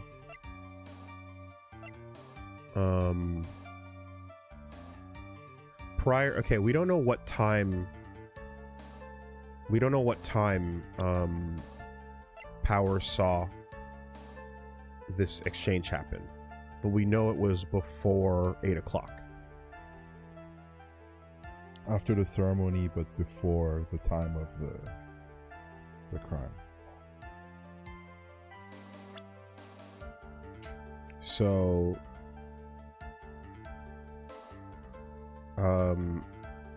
she would be... Alright, I'm gonna just try this, but but again, to just follow through here, at the time that this handoff would have been happening, she would be in the room with Matt having steak. Oh. Shelley the killer? If you had really given the bear to Miss Andrews, then this item should not have been inside it. This item. I see where you're going. Yep, that's where I'm going. Where is everyone going? Do I need to pack a suitcase? Your Honor, please think back to Miss Andrews' testimony. And I was going to burn it, for her sake. If even for a single minute, this bear had actually been in Miss Andrews' hands, I'm sure she would have taken the suicide note out and burnt it. Oh yeah, that's true. Order! Order! Order! Oh, so that's where you two were going. So by the very fact that this suicide note was still inside the bear,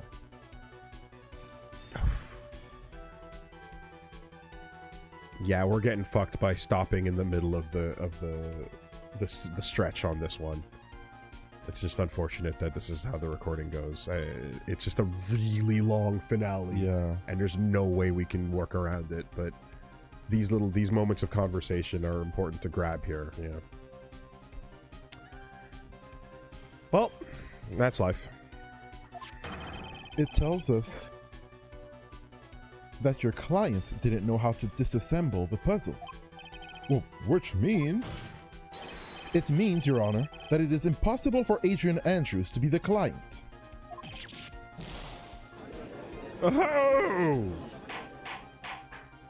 Oh, order! Order! Order! Ah!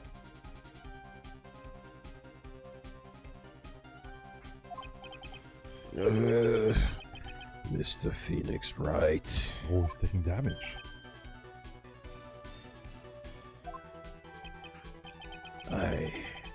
I'm sure I mentioned this before.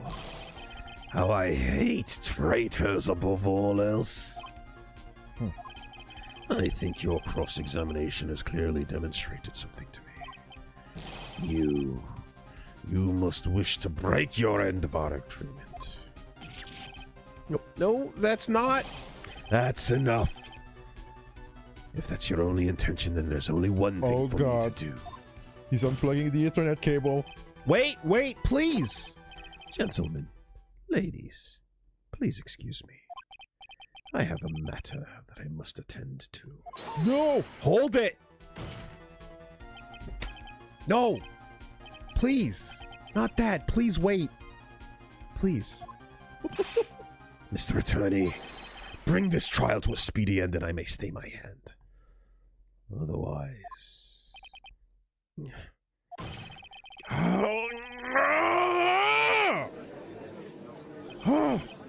What in the... Mr. Wright, are you? Mr. Edgeworth? Yes, Your Honor. I didn't understand this witness's outburst just now. Do you think there is a need to hear more testimony, or is this enough? Well, we should... Edgeworth, we can't do this. If we keep this up, Maya, she'll... The prosecution... What has come over everyone? Even you are... The prosecution... rests. What is going on around here? The prosecution has no further questions, Your Honor. What?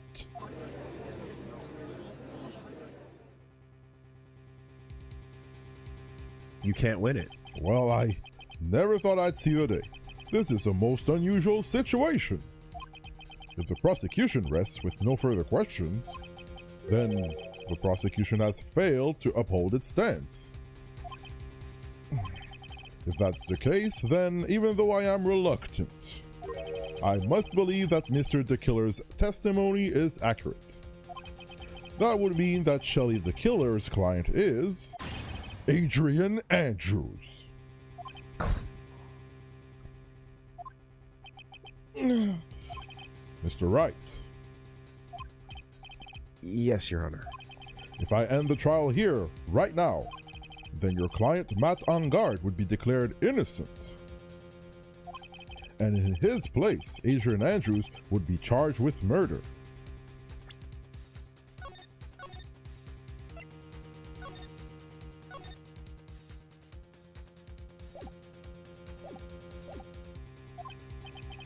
Miss Andrews would be charged with murder.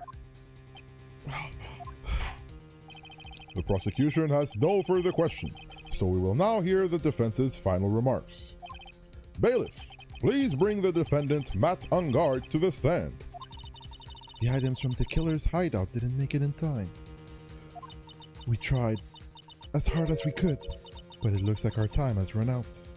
We still didn't get a Matt on the stand either. Until... here.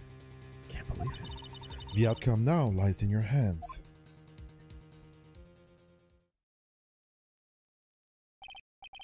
Dude, Did the old guy finally decide? To be honest, I can't think of you as a truly innocent and good person. You're kind of a piece of shit. Yeah. You're an asshole.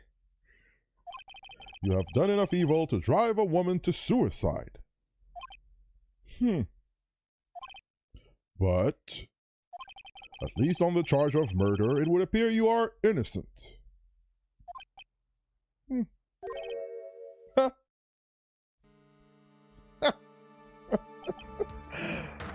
So, I guess even the old fuddy-duddy figured me out, huh? Right there in the court. No drinking allowed. What? Bailiff? Mr. Engard. Couldn't hold it back. What an atrocious lawyer I have, giving his own client up like this. And that refreshing like a spring breeze crap is just as atrocious, don't you agree? Anyway, get on with it and pronounce me innocent already. Right, Mr. Lawyer?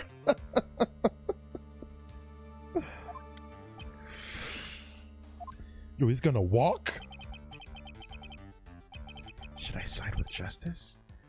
Or should I save Maya's life? Oh my gosh, what a question. Dude, nobody asked an unprompted fucking Diavolo just Zetsuba da da da da da da Sekai da da da da da hell no da da da da da golden wind Ciao ciao ciao. Man,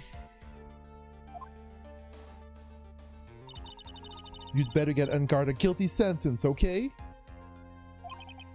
But Maya will die if I did that. But if I say he's innocent, then Miss Andrews will be charged as the murderer. Do I say he's guilty?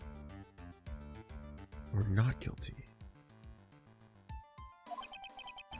Either choice I make, someone's life is gonna end. okay. If I call in Andrews during a match of Marvel 3, what's she gonna do? Can she shield and do the rushing attack? Yeesh. I think she's gonna kick your evidence out of your pockets. Spill some water and fucking pour a glass of juice. God damn it. Red fade. Yo. It all hinges on what I choose. Choose wisely. Oh god, there's no winning! And now, choose. What can we do? What can happen? What we do is we believe in fucking Gumshoe. Is what we do. Please. We believe in Gumshoe. Now then, Mr. Wright. Let's hear the defense's final statements on this matter. If the person who hired the assassin was Adrian Andrews, then your client, Mr. Matt Engard, is innocent.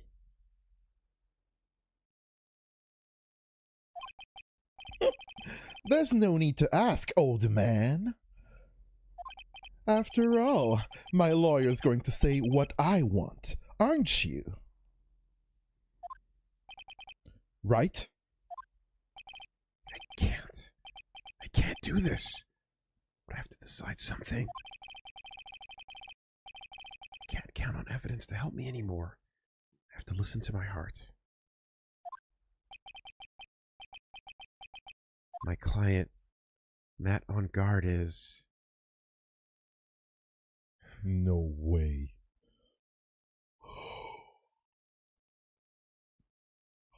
Oh my god.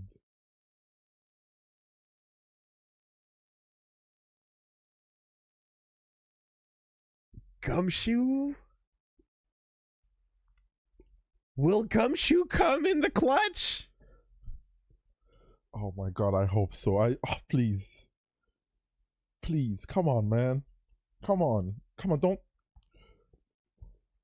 If you put Maya out, on the fucking line,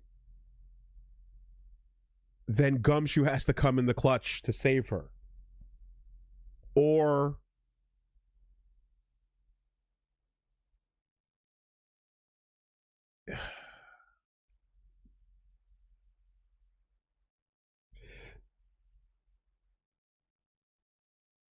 you tell the truth and you send an innocent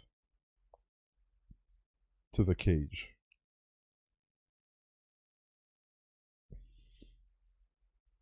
Either way, Gumshoe could intervene prior to either of these things, right? Hypothetically. I hope so. I hope so. Okay. Yeah. Look. Is Maya the priority? I can't believe I just said that. That's crazy. That's crazy. If you pick not guilty, Maya dies immediately, right? No. If you pick guilty, guilty, yeah. If you pick no. Yeah, don't fuck this up. Don't fuck this up. If you pick guilty, Maya dies. If you pick not guilty, Andrews is the one. But right? Oh no, but he is so guilty. He's insanely guilty. He's super guilty. He's insanely guilty. Do you choose the truth or do you defend Maya? Right? Fucked up. Damn it, that's just so messed up. So fucked up. Now, when I say I want to trust Gumshoe, this can be interpreted in two different ways, of course. You can trust Gumshoe by lying right now, yeah, and hoping that he saves your lie in the space between the axe coming down and stalling for time, right? Mm-hmm. But this feels pretty final. Or you can hope that you stand by the truth and then Gumshoe steps in to potentially allow justice to not be perverted on the other side of this. Yeah. So Gumshoe stepping in can be interpreted in two different ways here. Yeah. Right? Uh-huh. Standing up for the truth and hoping that Gumshoe saves her. I think the truth matters. Is what matters. I think the truth is what matters. It's what matters to Edgeworth. It's what matters to everyone. At the core of your soul, I think that's what matters. Yes. But will Gumshoe step in? Oh my god. Gumshoe!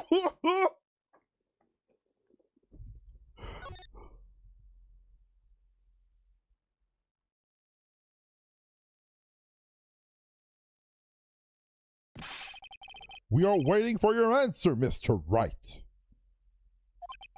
Matt on guard. Your client deserves an answer. Maya, I'm sorry.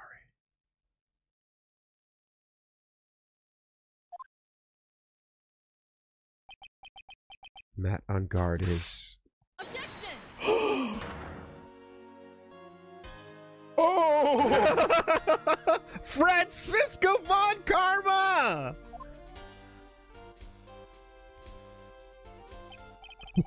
What are you doing? Ho ho!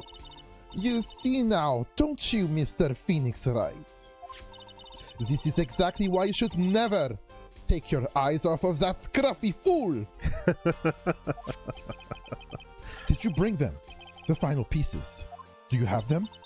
You should know better than to ask that, Mr. Miles Edgeworth. Von Karma is perfect in every way. The evidence in here, in perfect condition. Don't worry about Scruffy. He's fine, and his injuries are minor. All of the items are inside this. What a filthy old coat this is. God damn. That's Gumshoe's. I can spot his tattered rags anywhere. Oh. I apologize for its ugliness, but there was nothing else to wrap in this item. To wrap the items in.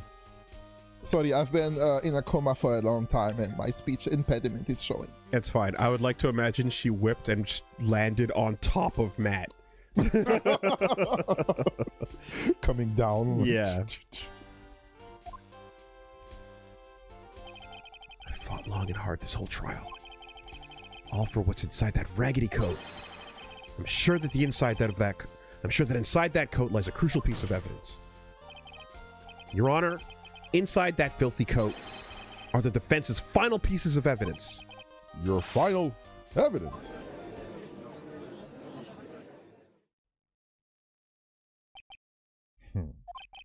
This trial is already over. All that remains is for me to hand down my verdict. I do not believe that any evidence presented now would change the outcome of this trial. What? Objection! Hey! Your Honor, it is our duty to examine every piece of evidence, down to the last. I request that Miss Von Karma be allowed to present these pieces of evidence. I suppose you are right, Mr. Edgeworth. I grant permission to do so. God damn it, only because fucking Miles said so. However, this one obvious rule applies here. If these items do not bring up any new points, then they will not be accepted by this court. Can't Miles just take damage instead of me? How about that? How about his life bar? Now, Mrs. Von Karma, if you please. These pieces of evidence are items left by the killer during his escape from the police. He must have been in quite a rush.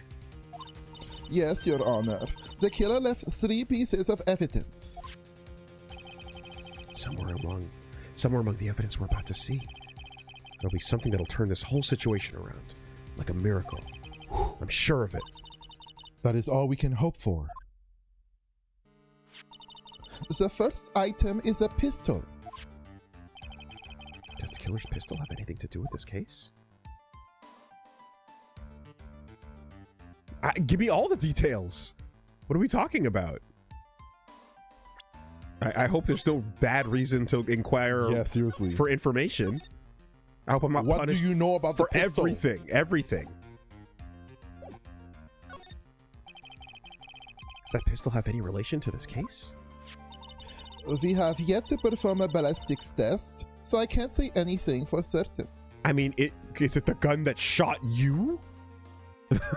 For example?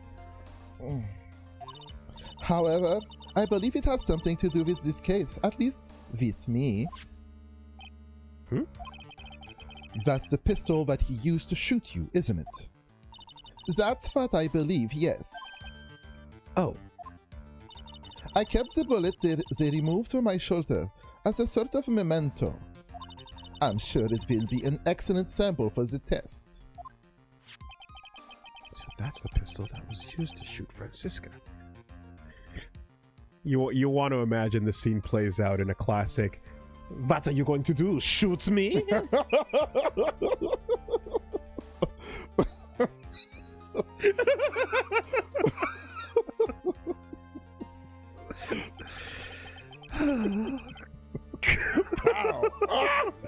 Oh, Scheiße!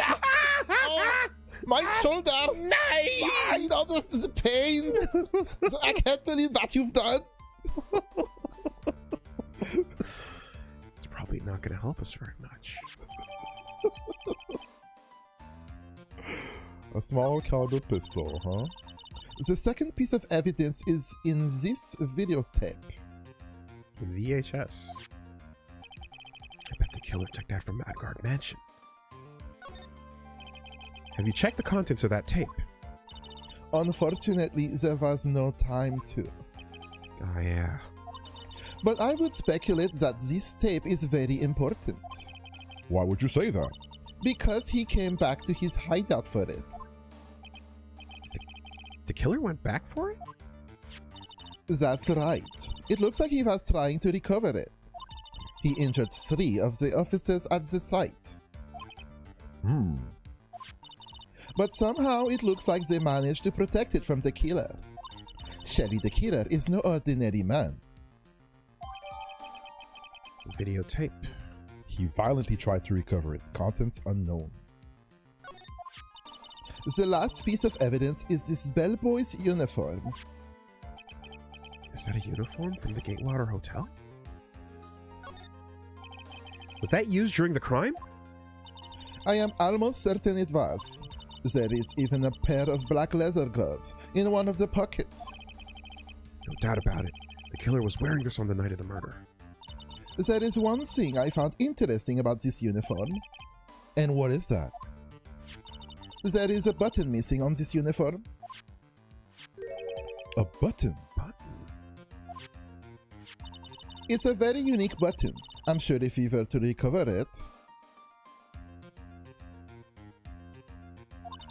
it would provide us with an interesting clue.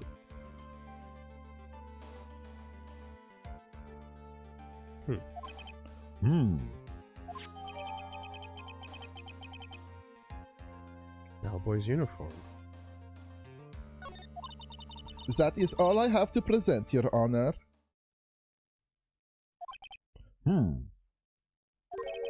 It's just as I thought. And what is that, Your Honor? I'm sure were we under normal circumstances, these items from Shelly the Killer's hideout would be very important clues. However, Get that shit out of here. Just into the trash it goes. our question is not who did the killing. It is, who is the client? Yes, that is correct. And these 3 items do not tell us anything about that. Bailiff, alley-oop.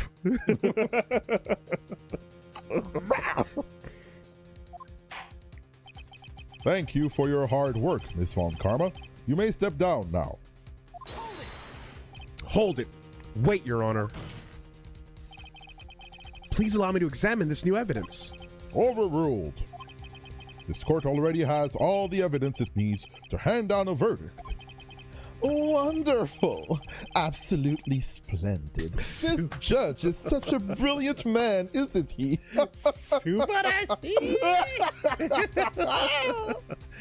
Yeah, that is the villainous tongue lick, you know.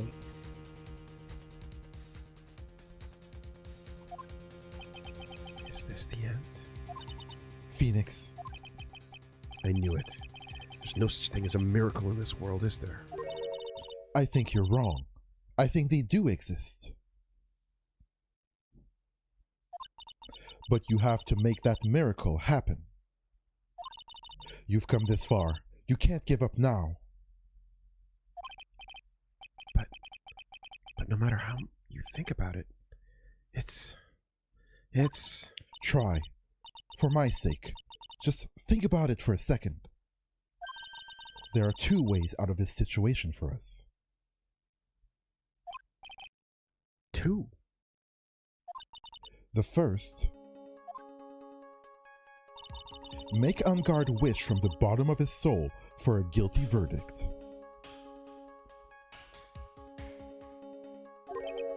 The killer will always place his client's wishes first.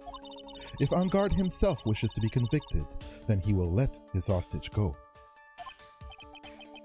That may be true, but that's asking me to do the impossible. The second way,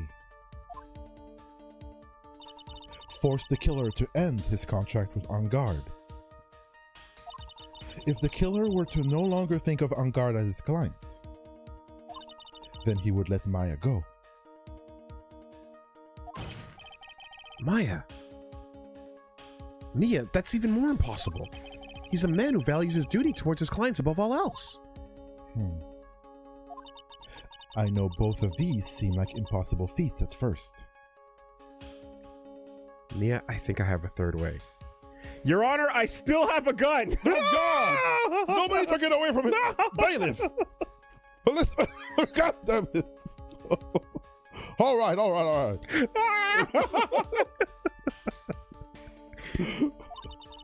But if you could make either one happen, it would truly be a miracle. Double wielding, dual wielding.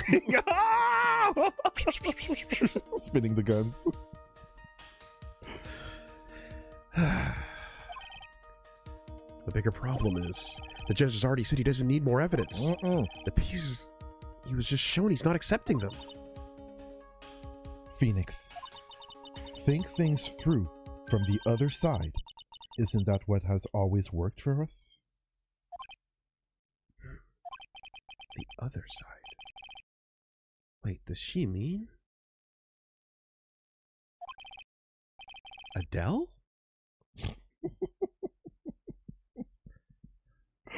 You mean to turn things around? Phoenix, the judge says he doesn't need the evidence.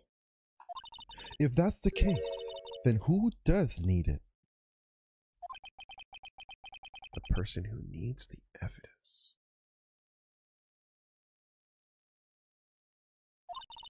The defense, prosecution, and the judge. We have seen all the pieces of evidence.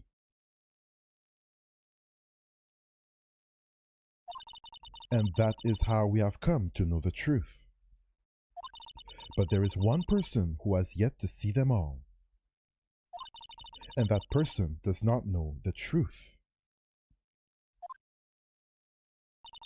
That truth, it may be what will bring about the miracle in the end. The turnabout. There are no objections this time, correct? Now then, I will pronounce my verdict. Let me just get my gavel arm going, nice and strong.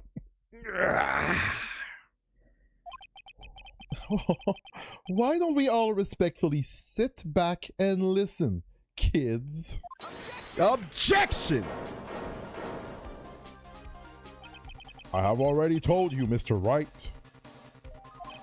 This court does not need any more evidence. I'm not saying it is us that needs the evidence, Your Honor. Huh? Then you want to show the evidence to that person? Yes, Your Honor. Please, Your Honor. Mr. Wright, for you to ask with such passion, I will grant you one chance. One chance. Oh, God.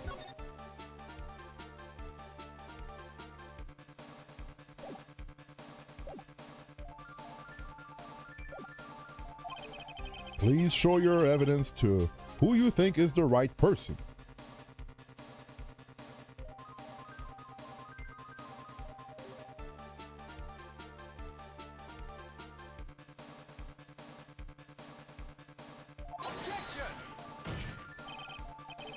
That's impossible. To turn this situation around in one try. One try. That is all I will permit. I have to try to remember everything that has happened up to this point. Fuck me. Oh my god. Oh boy, the finest details. Everything. Every little exchange, every little motivation, every turn of phrase, every conversation, every aspect of the timeline over the course of 1 month. Yeah.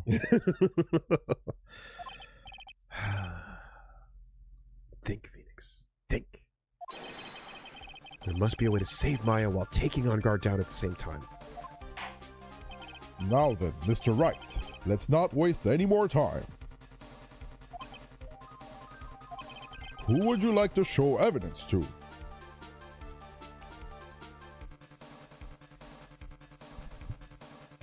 Is it asking me here? Who? Yes, but and then the 3 things automatically, or do I pick the specific? I guess we'll see. Yeah. But first, pick your target. Yeah.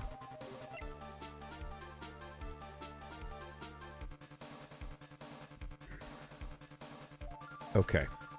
Okay, Yeah. Mia said we have to You have 2 ways. make On Guard want a guilty verdict or make the killer break his contract. Yes. Right? Make On Guard change his motivations so that he wants to be guilty, or make the killer void his contract. Okay. Yeah. Okay. Exactly. I doubt that it's the first one. I feel like I that. don't think On Guard's gonna go like, yeah. So okay. Here's the thing. I feel like there's always Okay, I feel like that is possible, but you're gonna have to fucking find a crazy something in his character that is a flaw that he cannot abide by, and target Make him that. spill the bean somehow, or whatever. Yeah, you'd have to find that, right? I think what I leaned more towards was forcing the killer to accept or to void the contract. Yeah. Right? On the basis of the way things played out. But what's crazy and fucking really evil about this is, like, they lead you down that path already in the beginning. You thought that you were already trying to turn him against Matt at the beginning of his testimony, only to find out that he was defending Matt during the testimony. So that's what's so crazy about this. Right client, and he's like, no. Because like that layer of it was one where I'm like, I already thought that like, that's where this was going, and then it goes, no, he's defending him, and then now it's like, okay, find a real way to actually make him truly believe in that, you know? But yeah, those are the two things she said. So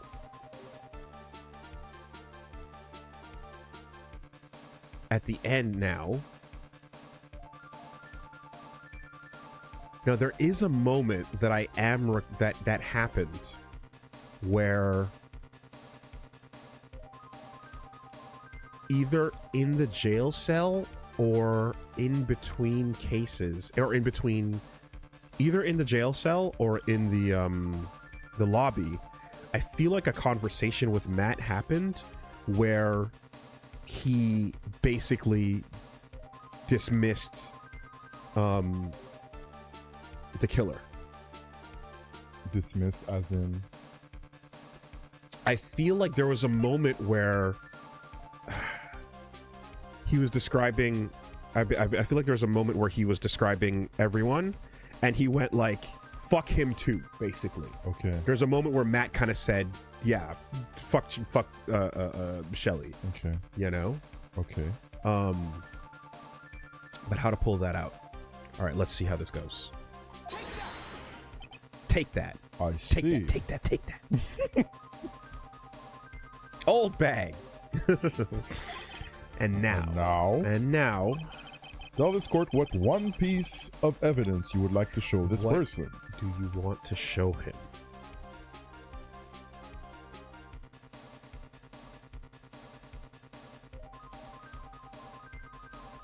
Is it something about the morals, or I don't know.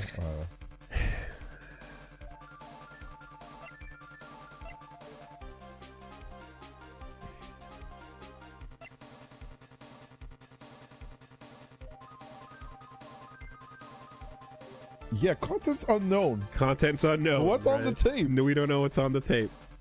We don't know what's on the tape. Yeah. And the killer violently tried to retrieve that tape. Yeah. Content's unknown.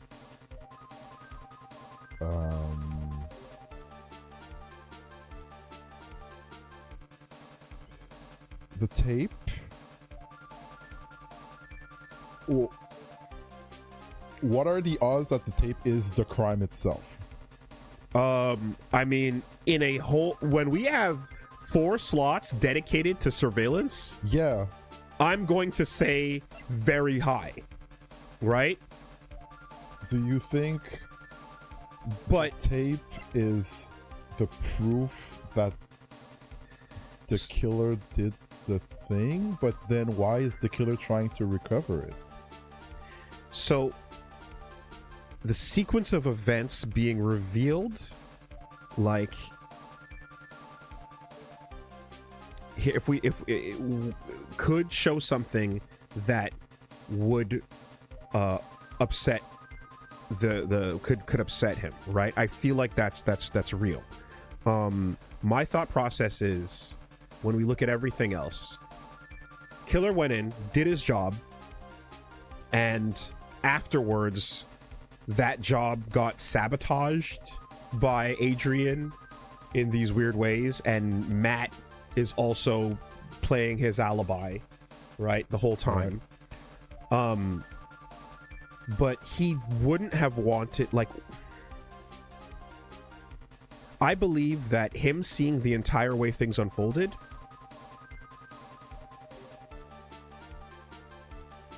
there's a decent chance there's something there. There's a decent chance there's something there that would fuck his whole deal up. So much of this, and we know that Matt's building had the surveillance studio, right? Yeah. We know that he had been watching Corrida forever, right? And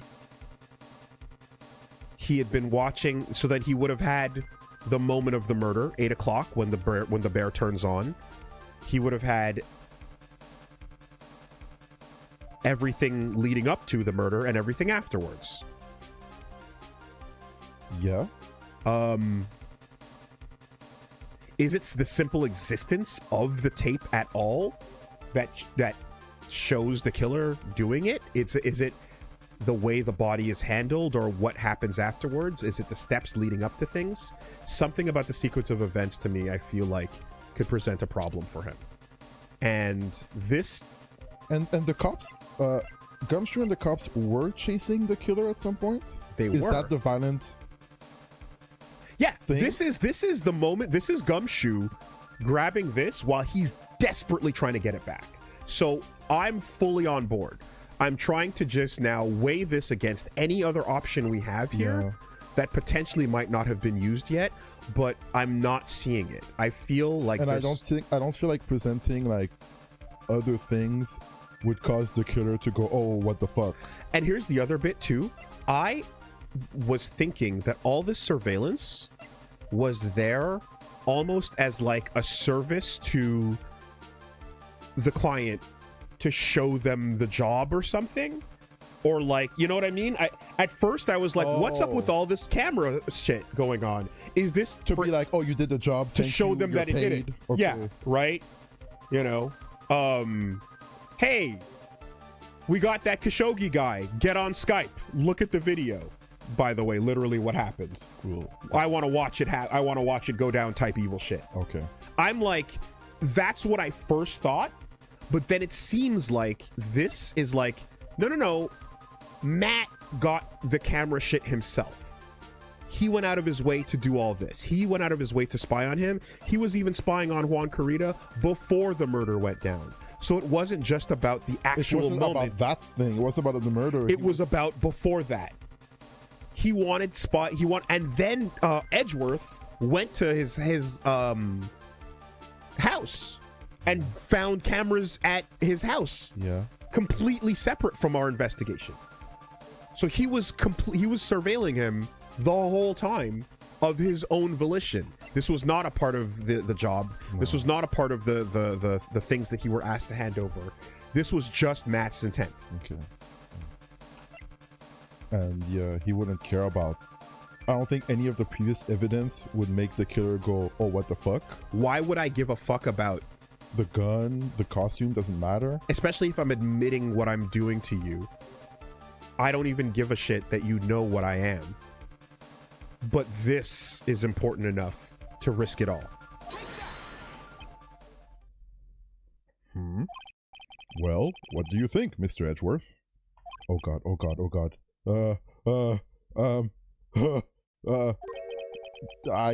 I think there's some merit in showing this evidence to that witness.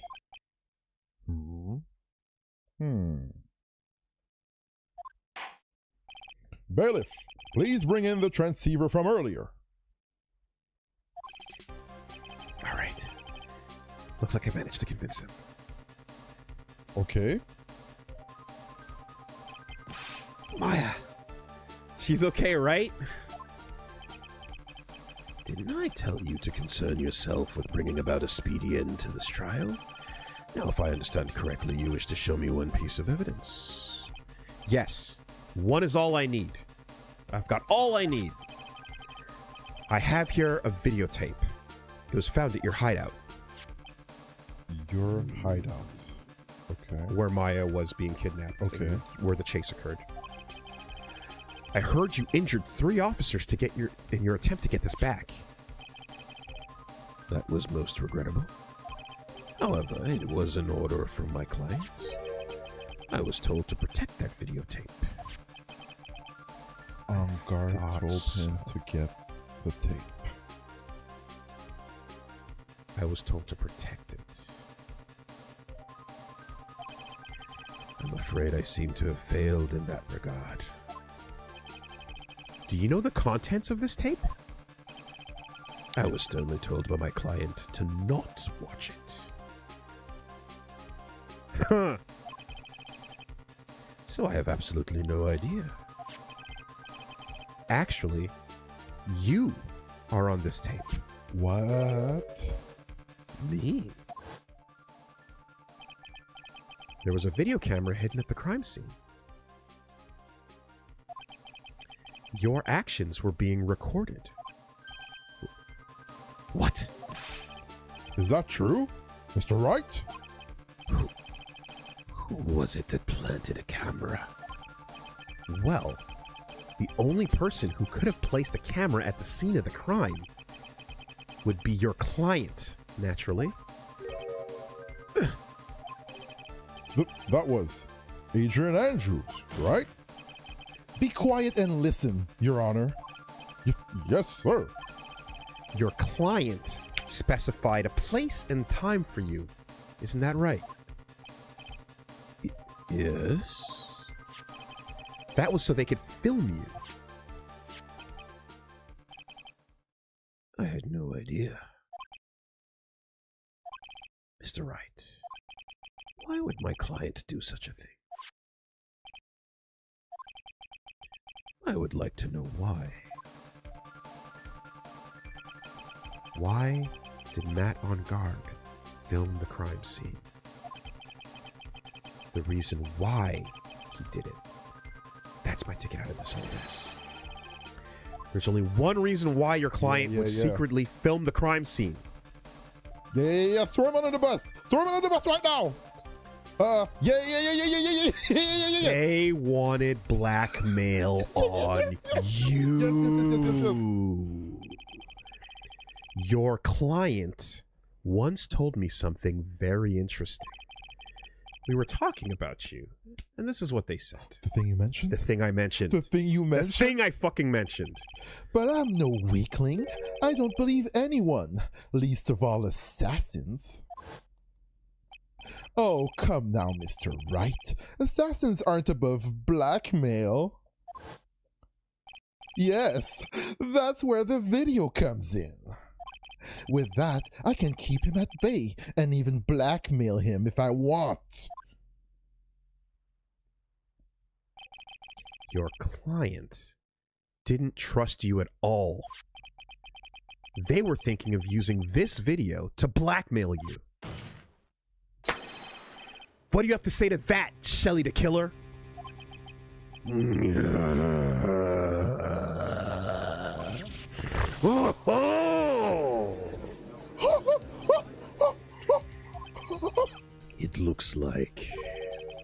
It looks like I was being deceived from the very beginning. Okay. Yes, by a natural. That is the kind of person they are. Your client is a person who only thinks and plots how to use people around them to protect themselves from any and all dangers that may arise. That is the true nature of your client. I have one question for the witness. Yes? You told us one thing numerous times during your testimony. You said that you detest traitors most of all. Yes, that's right. But what if that traitor was your own client? What would you do then? That's obvious. I would break our contract in that case. And then that client would become my next target. For the honor of the killer name even if it takes an eternity. I would follow that person to the ends of the earth to exact my punishment.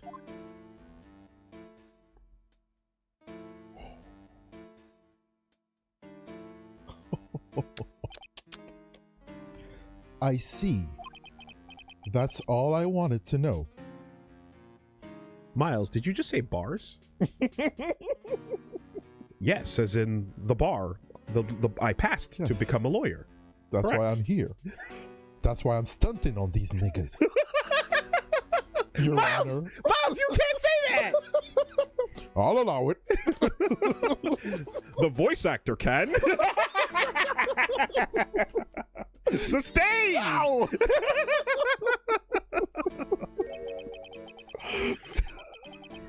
So the traitor becomes the killer's next target. Oh, I get it. This is how we turn this case around. Yes, Phoenix. Mr. Wright, Yes? my contract with my client is over as of now. I seem to have a new job on my hands. I will now return to you your precious item. Maya? What the? I'm not an item. Beep. I thought I'd never see you again. Oh, thank goodness. Don't use the goofball sweat animation for that shit.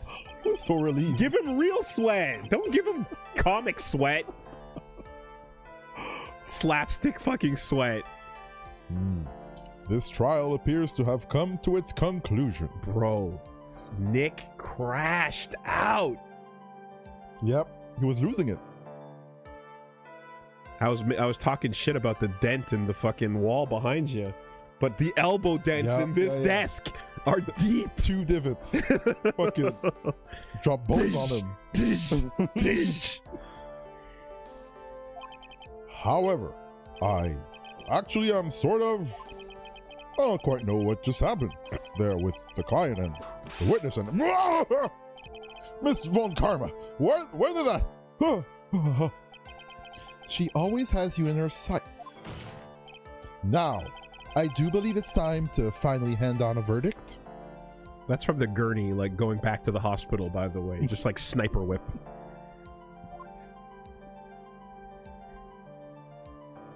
Oh, look at him. Mr. On Guard, it looks like somehow you got what you wanted. You finally received the acquittal you wanted so badly. You should be happy. But before that, I would like to make one final statement. Sometime in the near future, one very betrayed assassin may appear before you. Needless to say, that man is very good at what he does. I'm sure you would understand what I mean if you watch this video. Requiem! Wow, wow! Huh? Huh? Huh? Huh? Huh? Huh? Huh? Huh? Huh? Huh? Huh?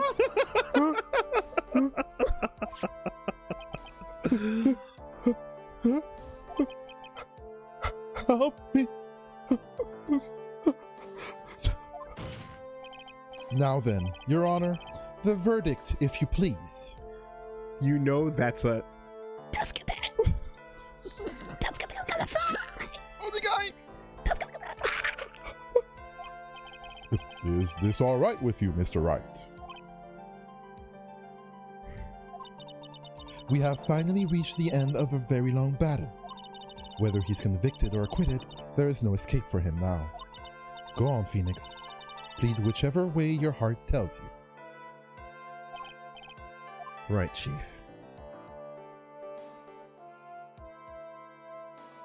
Oh, you could actually go off and let him get his just desserts from by the killer? Yeah, but that's still fucked up. That's crazy though. Like to be like, yeah, fuck Adrian. You get off now, but you get it later? I wonder. That's so wild. That's insane that they even let you do that. Oh, I'm curious. Look at But you protect your record in the meantime. Perfect record. You get your just desserts. Adrian who? Yep. Never met him. Must have been the winds. Oh, God. Matt on guard. Even though I'm a lawyer, I cannot make your crime disappear. I think a guilty verdict is appropriate here. Me? My wonderful self? Guilty? Even if you got an acquittal, the instant you set foot outside the detention center, your life would be in danger. No matter which way you look at it. You can't run away from your crime anymore. No! Guilty! Guilty!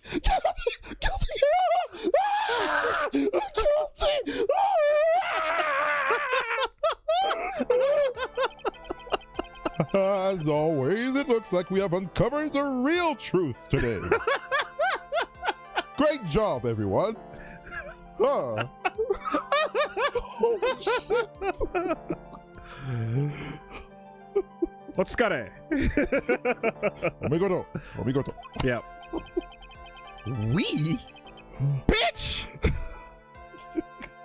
Who the fuck is we? Every day I'm happy with the job I do. Mr. Edgeworth, how is Matt on guard? I have left Miss Von Karma in charge of his incarceration. I'm sure he's getting a full-course meal of whip leather right about now. Yeah. Very good. Now the question is like, is justice, is capital punishment what, like, which is worse, right? Is the killer's version as bad as you can imagine it to be? Potentially. I guess we'd never know. I don't think the killer would torture or let him sit in the turmoil that is, you know, his conscience and getting caught and everything. Yeah, it would be too fast of an ending for On Guard, I think. Hard to say. That was a close one, wasn't it, witness? Yes. I plan to pay my debt to society for my own crime, Your Honor. Okay. See, the other way doesn't protect her though, right? Mm-mm. So that's, yeah, okay. We can find out. We can go look. But just on the basic level of facts, it would be super nuts to get your revenge and save the day, but also be like, yeah, fuck her. Yeah. That's nuts. That's super crazy. They must take into account something. Of course, of course. But as far as we know, yeah, that's a psycho thing to do. The first time I was called to the witness stand during this trial, all I felt was despair. She must be talking about the same time Edgeworth really went after her. I guess she's trying to forgive him for what he did. This witness, how should I put this? She has an illness. If you're going to say you would choose death, that is of no concern to me. Look at the smirk. Look at the smirk. Mm-hmm. Not even doing it, like, begrudgingly. But after that, when I was alone at the detention center, that's the first time I really saw myself for who I am. And today, when the two of you used your combined strength to convict Mac... Objection! Pitiful woman. I felt like I had finally been saved. There's our smile. Wow. It's the first time I've ever seen her smile. I am really happy that you two were in charge of this case. I really don't know how to express how I feel at this moment. You can smile again. This is the first time I felt comfortable with myself, with who I am. Thank you so much, everyone.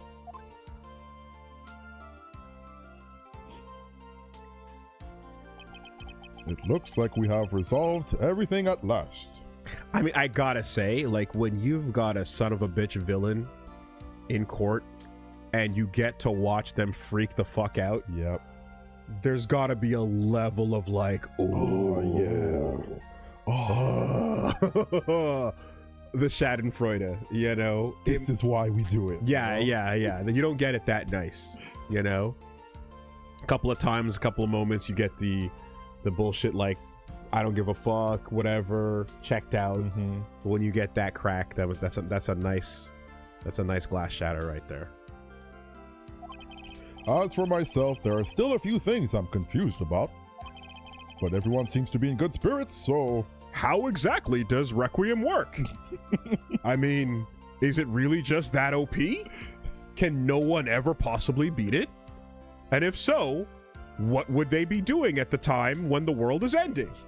For example, an accelerated time period. Couldn't someone else with a god tier Requiem stand step in to do something? How exactly does King Crimson even work? There's a lot of questions I have, actually. In fact, Mr. Attorney, if you could please explain. And that is good enough for me. Yeah, don't think about it too hard. That is all. This court is adjourned.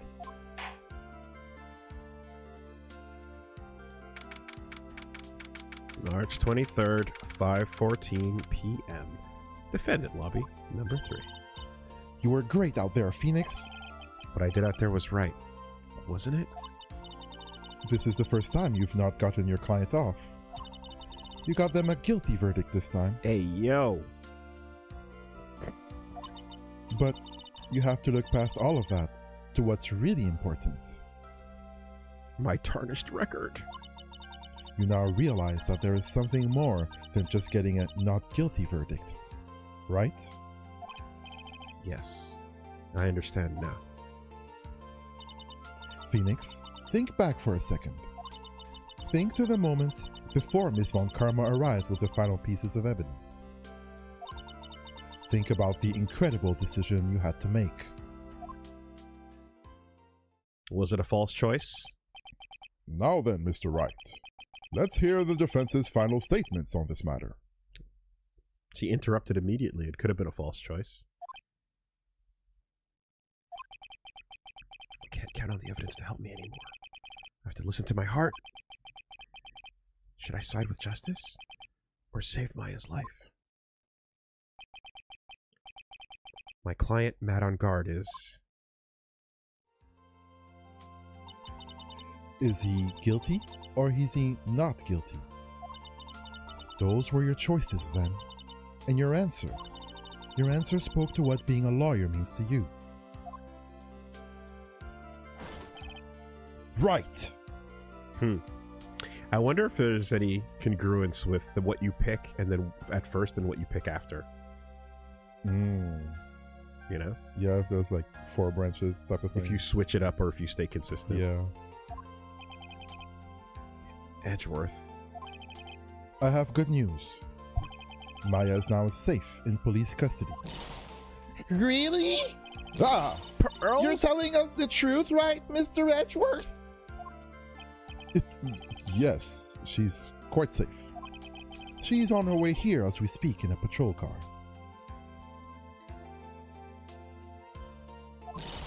Ah! Mystic Maya! Mystic Maya, save!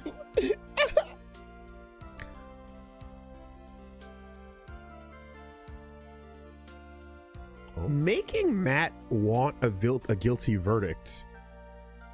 He knows it's death. It's not life in prison. Yeah. It's death. Yeah.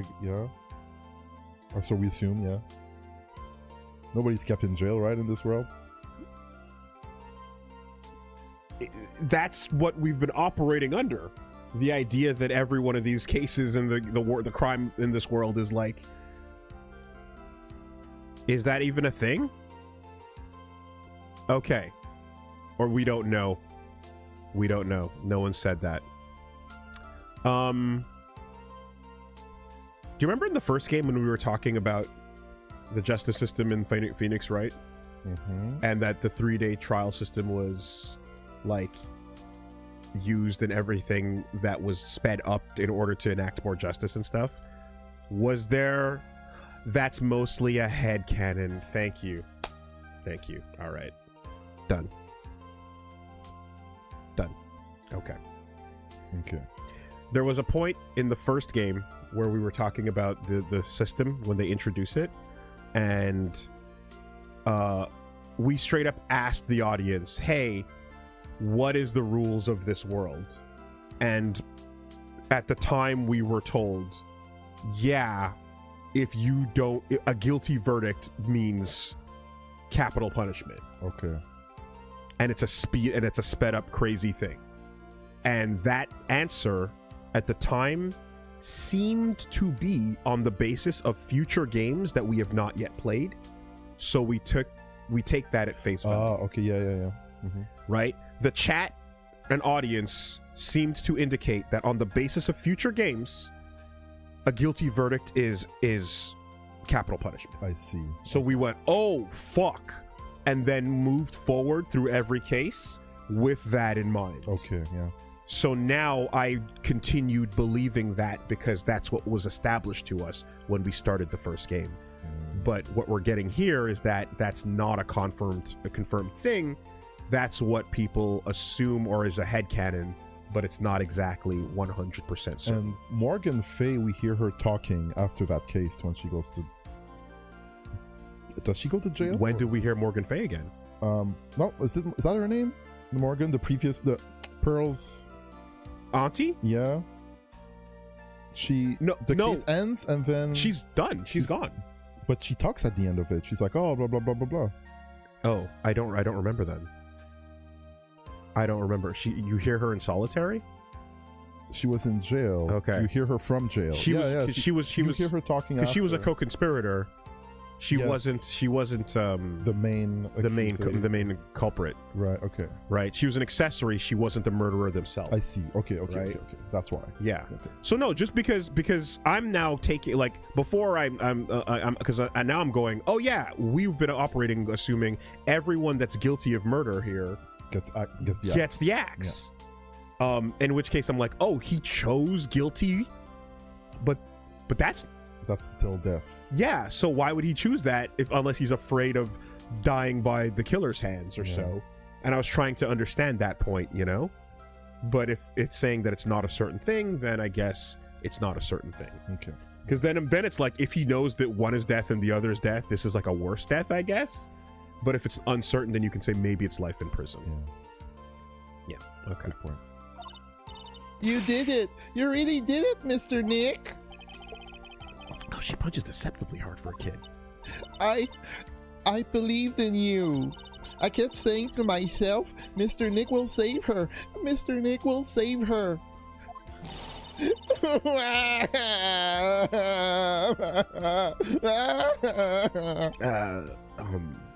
Thanks. Oh! What's wrong? Miss Von Karma. Bullet hole. About earlier. Thanks. Ah! Why are you still smiling, Mr. Phoenix Wright? You lost. Ugh. Your perfect win record has been crushed. Canonically, has it been? What happens after this? What world do we go? Is this Otacon or fucking Meryl? And yet, you are still happy? I don't think you'll ever understand, Miss Von Karma. How dare you! Don't worry. She may in time. After all, I was like that myself until a year ago. Edgeworth.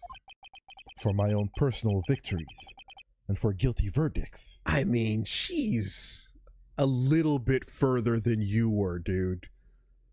She's a bit further than that. But sure. I used every dirty trick in the book, and so my win record remained spotless. But a man appeared and stood fast against that selfish me. I fought him in my usual manner and tasted my first defeat. I felt like I had lost everything because of that. And then it was my turn to sit in the defendant's chair. And I was saved by that person I called my enemy. I couldn't forgive myself for all that had happened, so I left the prosecutor's office. And I left that note. Prosecutor Miles Edgeworth chooses death. As well as you should have. A prosecutor who has shamed himself with defeat should crawl into a hole and die. But that was not what happened. After I left the prosecutor's office, I finally came to realize something. And it was in that moment of clarity that everything began to change. That foolish nonsense. We prosecutors use anything we can to attack the defendant. But every time we did so,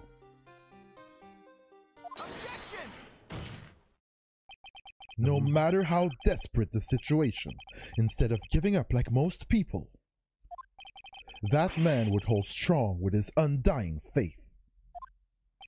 And then, before I knew it, I began to trust in that man as well. That? You trusted your enemy? As long as we ignore the extra case that got inserted after the fact. Yeah. It's fine. It's fine.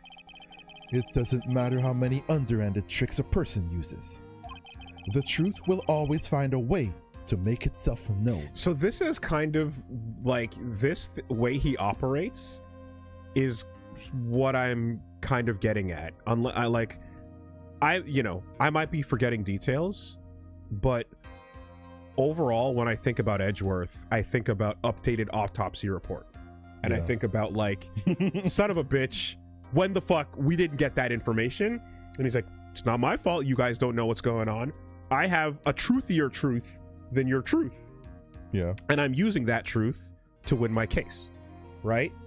And that is like, ooh, that's playing dirty because the rules of how the system work, you're using the rules to like hamper me.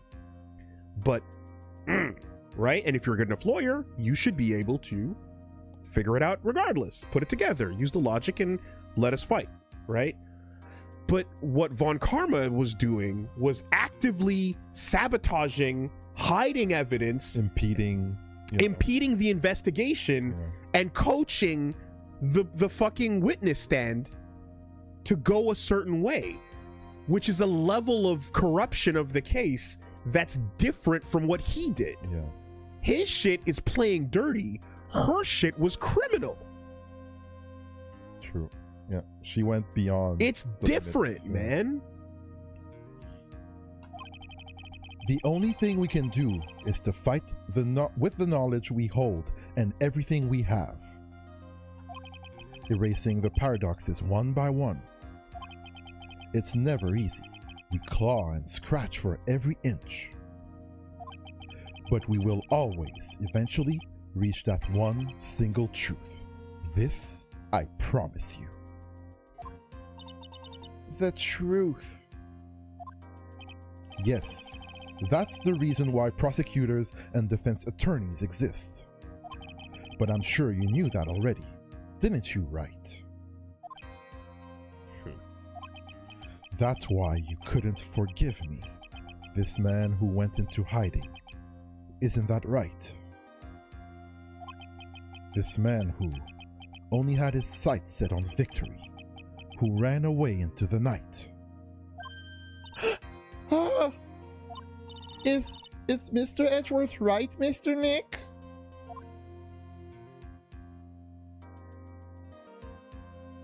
You really let me down. When you disappeared, I felt betrayed. The reason I decided to become a lawyer to begin with was because I believed in the things you said to me all those years ago. And you betrayed your own words. Ooh. That's why, 1 year ago, I made up my mind. I decided that the Miles Edgeworth I knew had died. At least, that's what I told myself. You pathetic fool! Miss Von Karma? I don't want to hear the wretched whimpering of a disgraced loser. A Von Karma is someone who is destined to be perfect! Miles Edgeworth, you are no longer worthy. You are no longer worthy of being a Von Karma. And neither am I. It's over. It's all over! Francisca threw something on the ground just now. This is an electromagnetic receiver. She gives up on tracking Gumshoe. I thought she was gonna throw like a prosecutor's badge. Yeah, or the whip, you know? No, never the whip. Okay. No. Maybe the Von Karma crest, Yo. you know? But instead, I guess it's now up to us to find those Dragon Balls. Isn't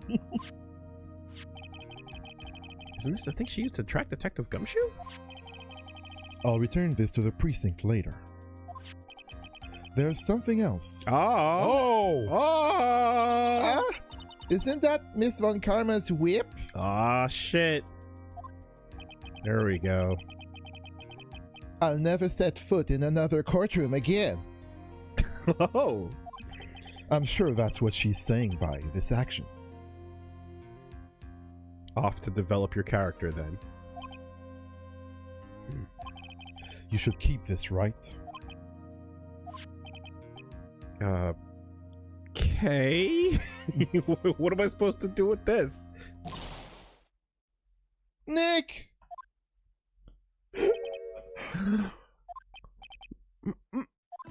Maya! Mystic Maya! Mystic Maya!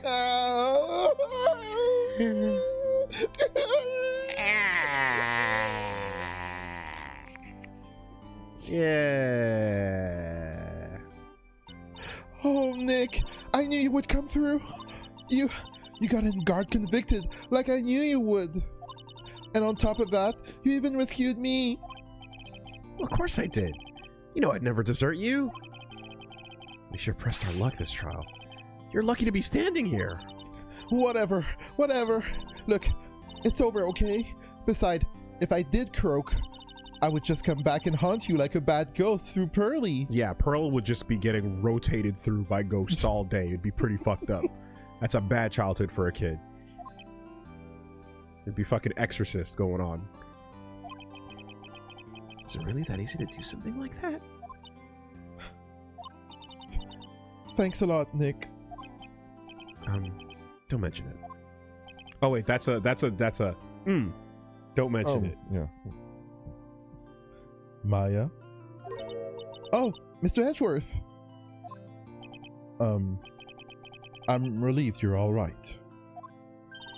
Hey, it looks like you've made some real progress, Mr. Edgeworth. Well, I suppose I'm a little different from who I was a year ago. No. All right. I think it's time we got out of this depressing place. Is Gumshoe okay? Huh? Where are we going? Food, Nick.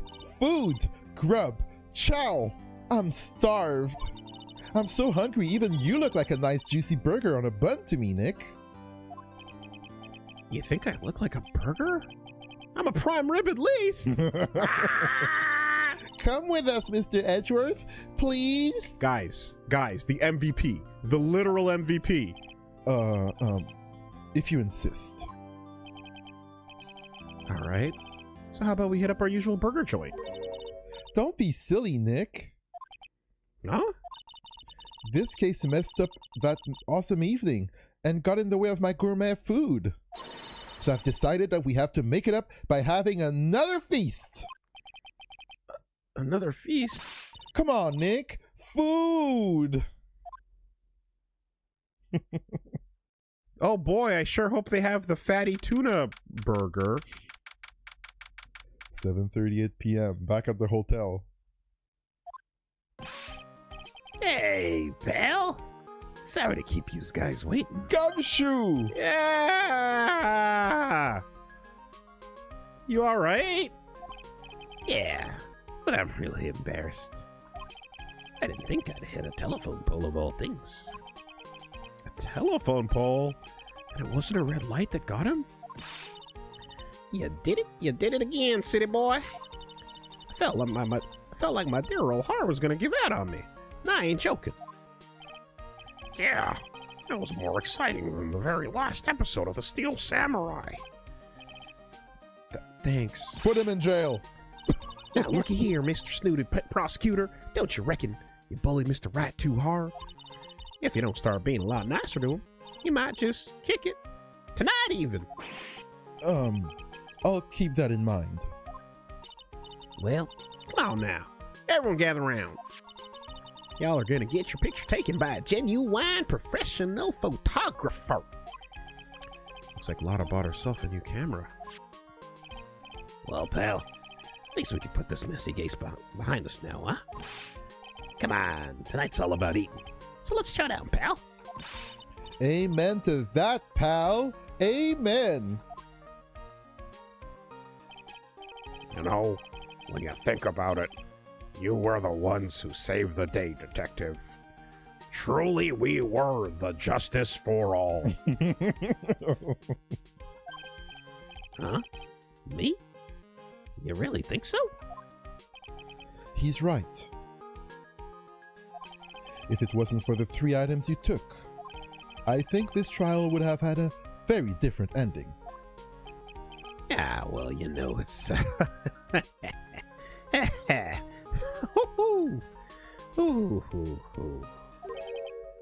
Huh? Wait. That's odd. When I ran off with the things from the killer's hideout, I was sure I took 4 things in total, sir. What? Huh?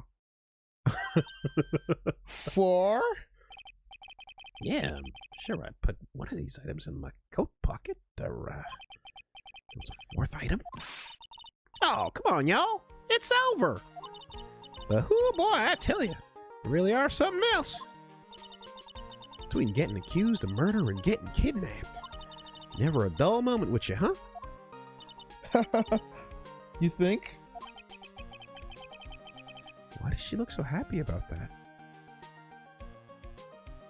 Francisca brought the coat in, right? Yes. And handed it to the judge.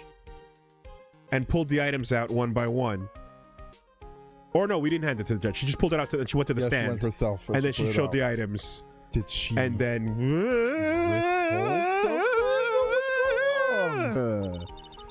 But being shut away for 2 whole days. Weren't you scared? Yeah, it was really scary. I felt so hopeless. So, to keep my mind off of things, I drew a picture. Sounds like you had it rough, gal. So where's this picture of yours? Yeah, I want to see it. I want to see Mystic Maya's picture. You know, I don't know where it went. Aw, that's too bad. Well, it's alright. It wasn't anything important anyway. Ah. Sure is nice to finally see them both smiling again. Francisca, what the fuck is going on? What is it, Edgeworth? This thing is picking something up. Ah, that's That's Miss Von Karma's receiver. Ugh, thanks to her, I had the most awful experience in my life, sir. I can't believe she stuck a tracking device on me. That's odd, even though you're standing right here. The tracking device seems to be in a different location. Oh, it's probably busted or something, sir. Well, it doesn't matter. I'm afraid it's about time for me to excuse myself. I still have some work to do. Oh, you're not going to join in on this fucking week-old feast that has not been touched since the crime occurred? But we're going to go eat it anyway? Huh? But Mr. Edgeworth, you haven't even eaten anything yet. You've eaten way too much, you glutton. I had fun tonight. Now, if you'll excuse me. Wait. What? I just want to say, thanks, Edgeworth. You really saved me out there. If anyone should be saying thanks, it should be me, right? I feel like words alone aren't enough here. I wonder if there's anything I can give him to express how I feel.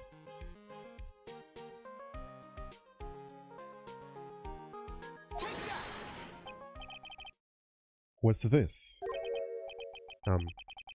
It's my way of saying thanks. I see.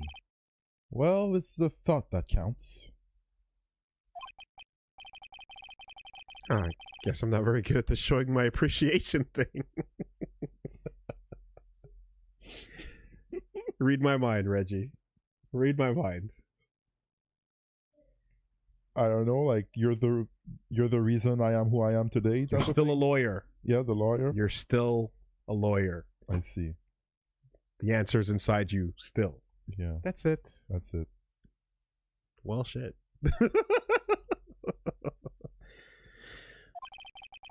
You don't need to thank me. I was only doing my job. It looks like Mr. Edgeworth has left, Mr. Nick.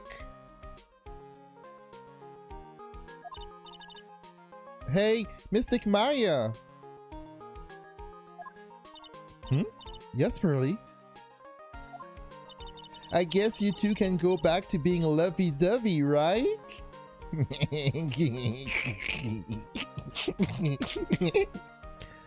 The only save is from before the decision was made. There is no recent save if you're saying to reload one.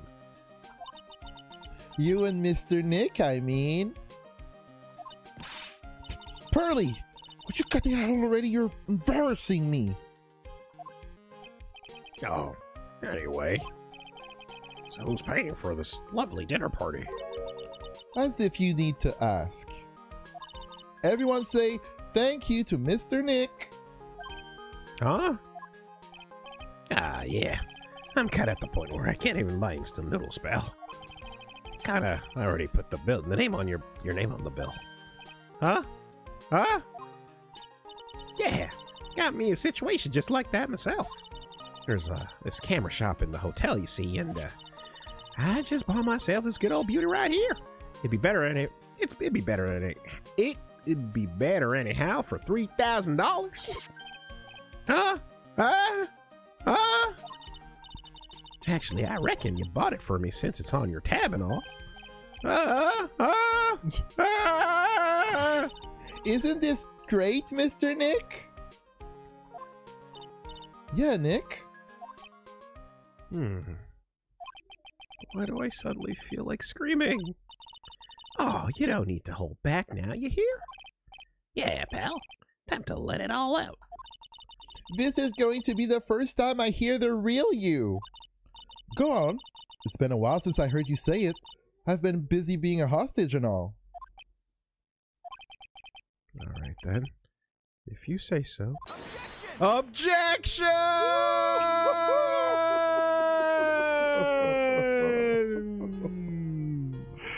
Yeah. Good stuff. You really came through for me, Nick. I had to hide that letter, but I knew you'd find it. I really feel like I've been living on the edge lately. I mean, I've escaped death 3 times now. Pretty cool, huh? I feel like a pro. Jeez, Maya. Invincible Maya. I'm so happy that you could save Mystic Maya, Mr. Nick, and I'm so happy for the 2 of you. Speaking of which, I think this hotel is a popular place for honeymooners, so I sort of made reservation for the 2 of you, just in case. Yeah.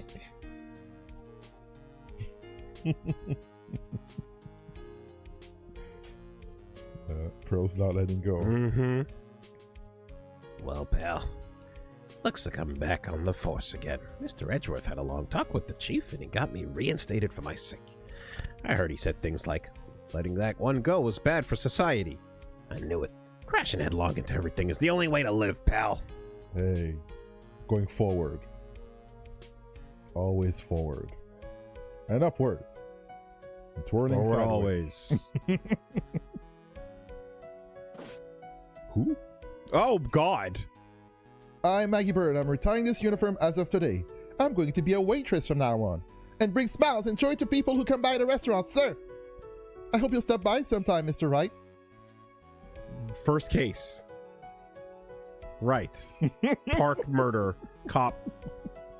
Off duty.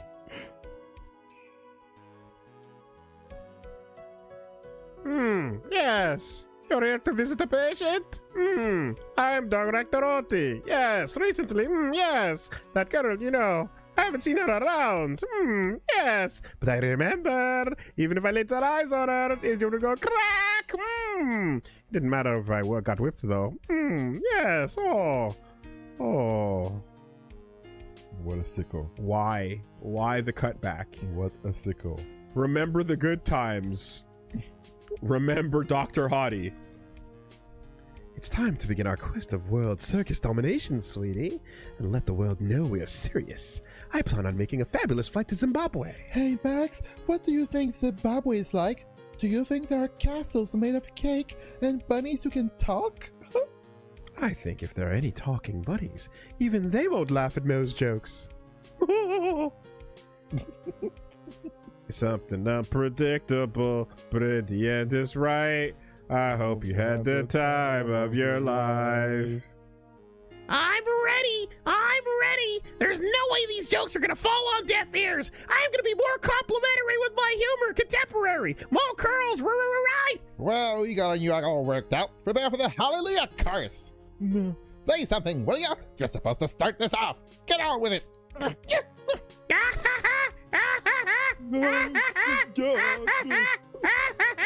Big top forever! Big top forever! God. Big top God. forever!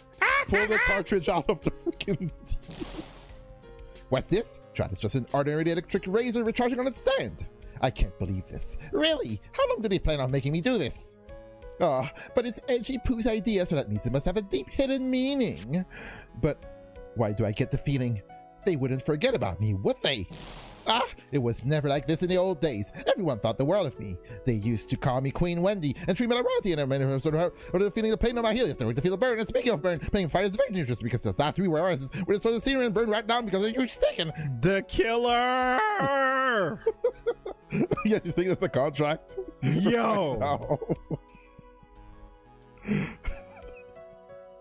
She's gonna get it. I appreciate everything you and Mr. Edgeworth did for me from the bottom of my heart. Oh, that's right. I received a letter from Miss Von Karma. She said that after I get out, I should feel free to consult her about anything at all. I'm really thankful to have met everyone. Why did she steal her drawing? Von Karma stole the drawing. I'm not sure. Happy memories that she wants?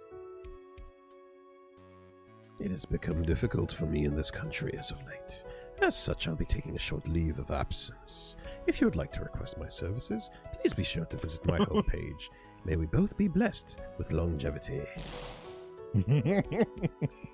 Oh, the final. Bigmurder.org. Sign my guest book. Shinji Mikami. Oh shit. Yeah. Tsushikami. That's Sushinaba. Shutaku. March 23rd, 9:42 p.m. International departures, gate 12.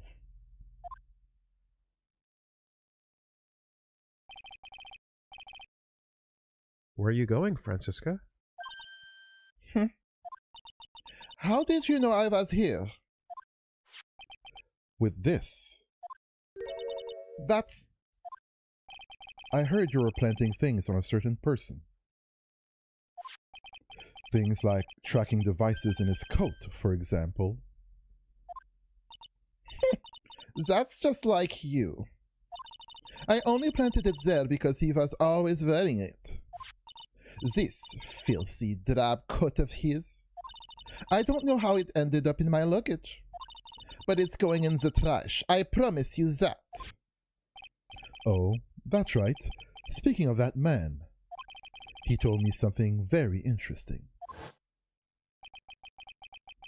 When I ran off with the things from the killer's hideout, I wish Wright took 4 things in total, sir. 4 things. It seems he put the last one in his coat pocket. He put it in here. It doesn't matter anymore. The case is already over. Ugh. What are you going to do now? Well, now that she lost her whip, surely she must go find a new fighting style and return like Iori without the flames. A new style based on, like, hand-only whip scratching and slashes. Or a gun. Yo! I have learned the power of gun. I've gotten shot. I've given up the whip. So now I am Gun Francisca. Adapting to the current day. That's none of your business. Are you running away? Shut up! You don't understand a thing. You can't possibly understand what it means to be Manfred von Karma's daughter. Francisca. So many expectations from everyone around me. Expectations I must fulfill. I'm expected to win no matter what. And failure? Such a thing is not an option for me. Like, Edgeworth's head turn kind of smirk is a bit of a weird sprite, but like hers is really great. That kind of cocky, above it all look. My father was a genius. There's no doubt about that. But me, I'm no genius. I've always known that. But I had to be one. I had to. You may not be a genius like your father, but you are a prosecutor. You have been, and always will be. No, I'm not. Not anymore. I've even thrown away my whip away. Oh, right. You were supposed to give me the whip. Oh. Oh. I wouldn't have figured that. I did not think of that. At all. I like my answer better. Francisco, whatever. Yeah. No, I think the badge means more personally, you know. But, well, all right, I fucked up. Yeah, I wouldn't have guessed that. I would have never got that. No. Fair enough. You haven't changed a bit. You've always left me alone and walked on ahead without me. Miles Edgeworth, I've always hated you.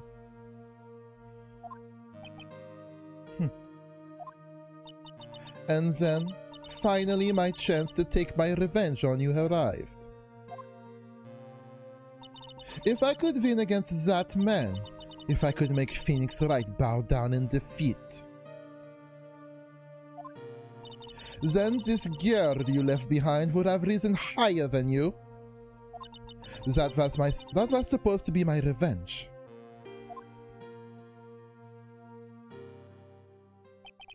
I see.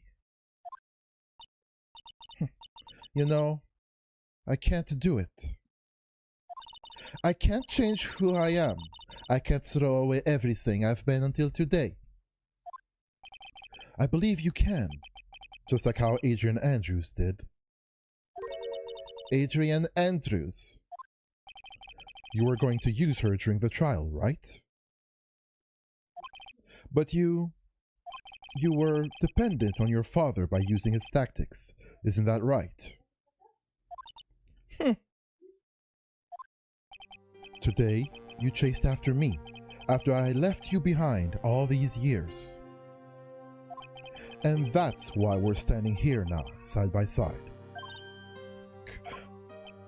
But I have no intention of stopping. If you say you are going to quit, you'll walk down the prosecutor's path. Then, this is where we part ways, Franziska von Karma. Oh! I am Franziska von Karma. Don't think I'm going to walk in your shadow forever. Our battle begins now, so you had better prepare yourself, Miles Edgeworth. The Gap Moe, the Sun Sun. Peeling a bit on the mask. Oh! Just a little bit.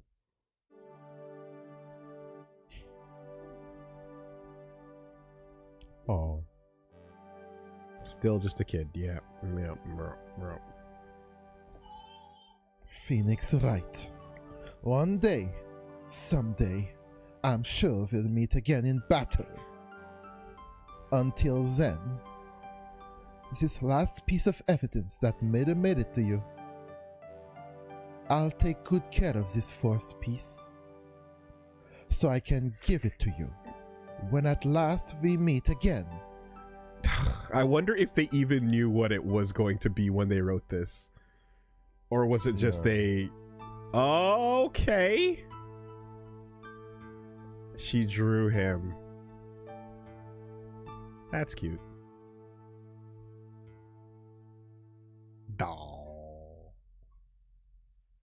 Maya drew Nick while she was waiting and hoping. Yeah, I'm like, and believing. Meanwhile, Nick is elbow deep in a giant burger. Like, rolled up the sleeves level fat burger going on. Trying to attack it like, I'm about to eat. like, I was not thinking of her ass at all, much less that they would run into each other. There was, I did not feel any setup there. All right. Damn. That's a crazy final case. That was a hefty one. That's insane. I know it can't. Back and forth. It can't possibly be as long as 1-5, but like it felt like it. It emotionally felt like 1-5. Yeah. Well said. It absolutely did. That's crazy. I'd love to like go check the actual number of scenes out on it, but wow. Okay. Fucking amazing case.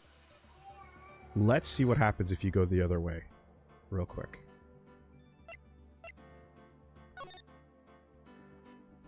The choice. Fuck you, Adrian. I don't know you. Congratulations, Mr. Madonguard.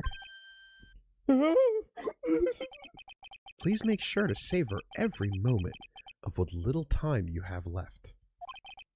Your Honor, as always, the defense pleads not guilty. Very well.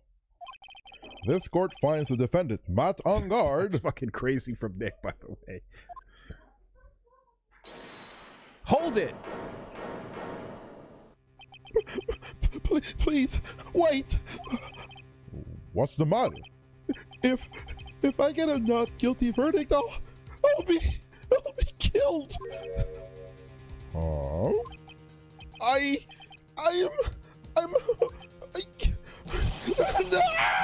guilty! Guilty! Right. Okay.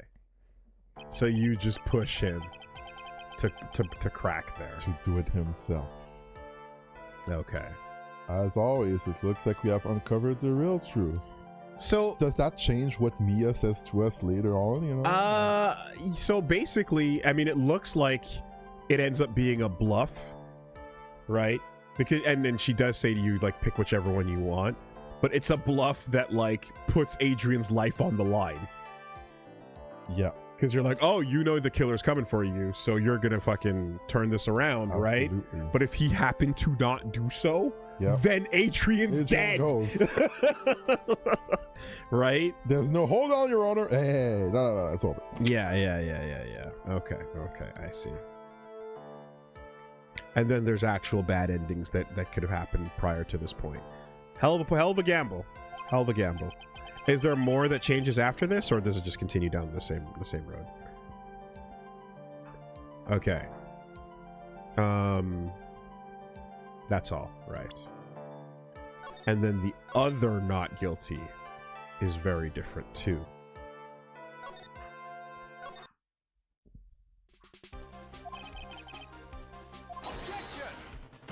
Right. Wait.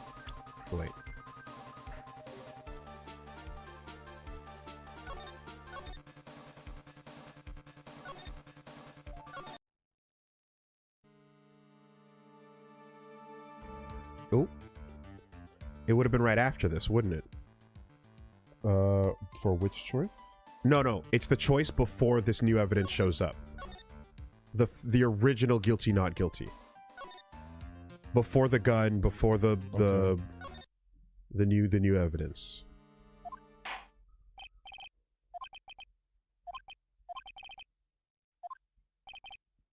This one.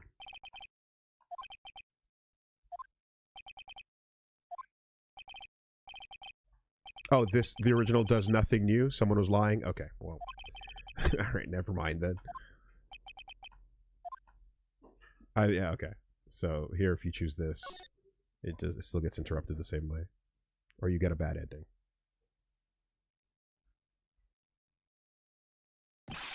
Either way, one of y'all is lying.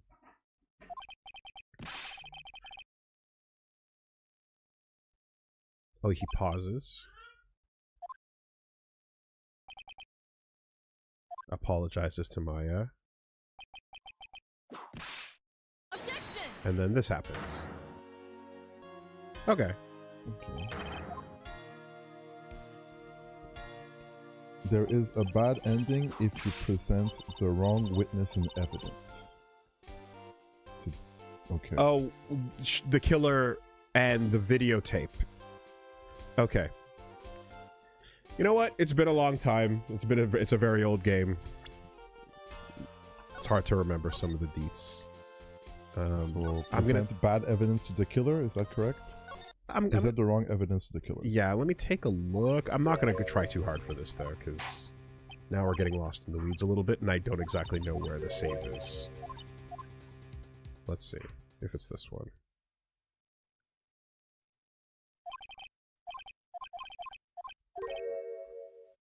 It was the first save you reloaded. Oh. Okay, after the 3 pieces of evidence come out, when you have to turn Dick Shelley against him. So then that would be this save one. 3. I'm not sure if that's correct. Let's see. 805, final save. This is right before the final save. And then this is here. 3 or 4? I thought it was 4. Might be 4. I think 4 was yes. One chance. Yes, here.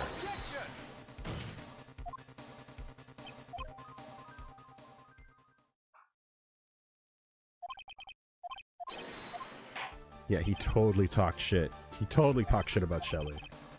Non-stop. 3 weeks ago. 3 weeks ago, we heard him talking shit about Shelley. So who do you want to show the evidence to? Right, so if you do this wrong...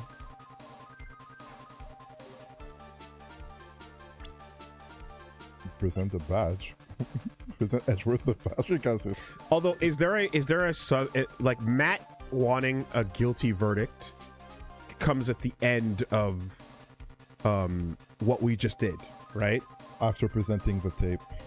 Yes. So he wants it to be guilty because he's afraid of what's going to happen afterwards. But So they're saying present Shelly and present the wrong evidence. yeah, okay. Because I was going to say there's no at this point when she tells you, oh, it could be one or the other. There's no option to pick to show Matt anything. Oh yeah. You can't make Matt want a guilty. He's not gonna. You can't make him want a guilty verdict Yeah. here at all. I imagine. Yeah.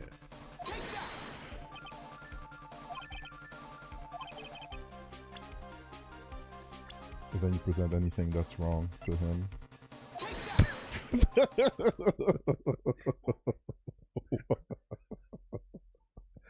Please do something. Well, what do you think, Mr. Edgeworth?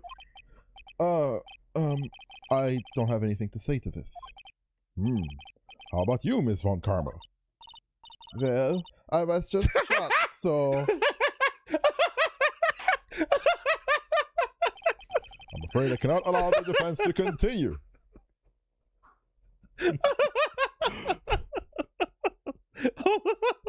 Fuck. Yeah, yo. I just got shot, man. What do you want from me? I got shot. No, I got shot. What? No one understands what you're talking about anymore. Wait, please, one more chance. That is enough, Mr. Wright. I will now state my verdict.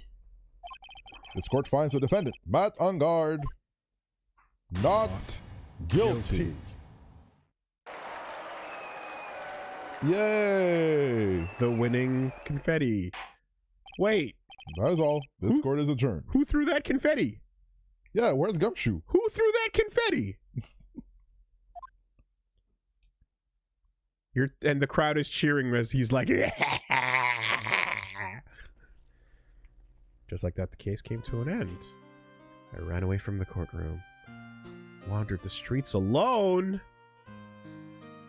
Oh, I never saw Maya again. The killer is a man of his word, so I'm sure he released her as promised. I heard the verdict of Miss Andrews' trial a few days later. Well, there it is. She was found guilty, of course. 100%. The miracle never happened. Damn, briefcase and coat in the wind. Maybe it was never meant to. Because a miracle is something that doesn't exist. Theme of Silver Samurai. Sad Samurai. Steel Samurai theme is theme of Sad Phoenix. Damn. Well, No fuck. miracle. I see.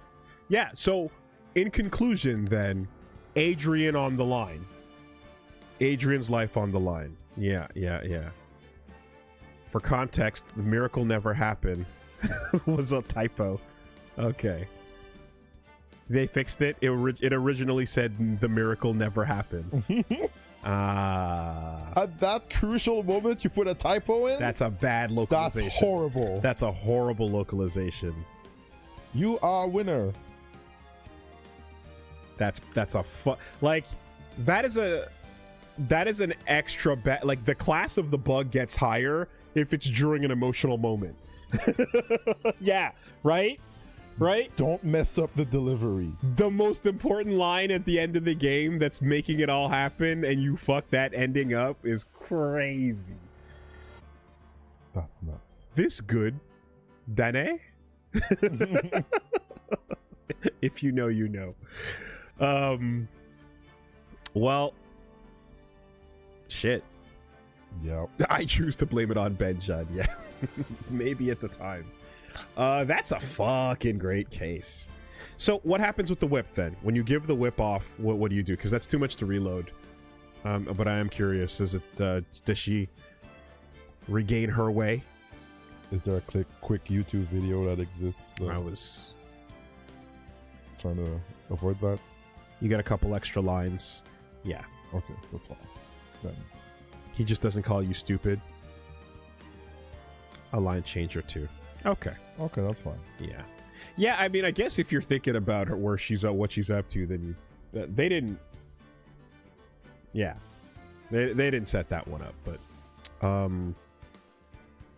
a real great case in how different it is to the formula so far, and Finally, we have to defend somebody who did it.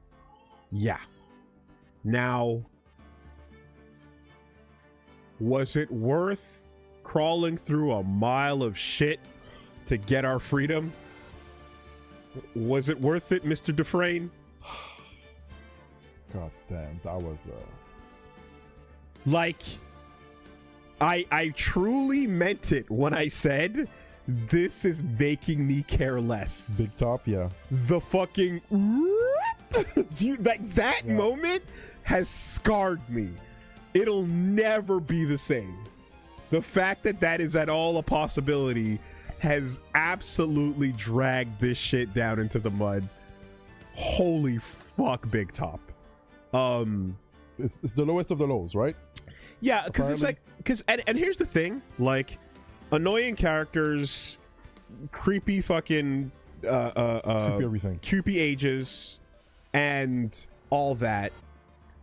Acro, actually not a bad villain, because an interesting person to have as a non-repentant villain, right? No panic sprite Yeah. is the most interesting thing about him. I still stand by that. Everything else, dog shit. And then on top of that, like, the actual thing they wanted you to piece together was impossible. Absolute dog shit nonsense, you know? Silly. That was a headphone tosser if I've ever seen one. Yeah, and I guess the way, like, you can have moments like that when I think about it in retrospect, where the unexpected, like, a coincidence happens or something wild and unpredictable happens in a case, but you have to, like, follow the logical steps, I suppose, even in Clown Shoe Phoenix Wright World. Yeah. And then let the wrinkle happen while you are making the reasonable choices. So when you go from reasonable choice A to reasonable choice B, and then something fucks up on the way, like someone gets shot, you know, or a car crash or whatever the fuck, then it makes total sense. And you're like, okay, whoa, that's crazy. This party's getting hot, you know? But, man, that cape and fucking hat. Rent-free rage bait. That was pretty hard to get through. But yes, Morgan Freeman, I do think it was worth crawling through a mile of shit. Come find me on the beach. I'll take you for a ride on this boat. Yeah. Freedom.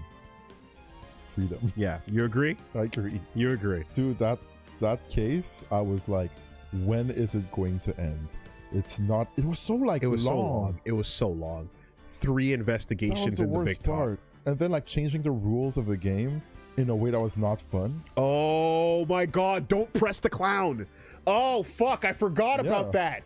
Don't press the fucking clown. Like, that was the worst That was part. crazy. Okay, wait, hold on. Ooh, shoe? Cutting it close, but god damn it, this is a great case to close it out on. Yeah, alright. Well, shit. That'll wrap us up, folks. Until the next one? Until the next one. All right. Yeah. Can you give me a 3, 2, 1? Objection! Yeah.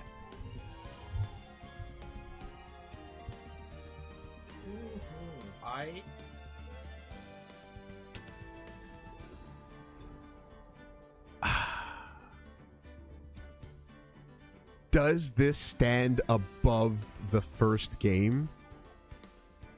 Excellent question. The sum of everything. The sum of everything.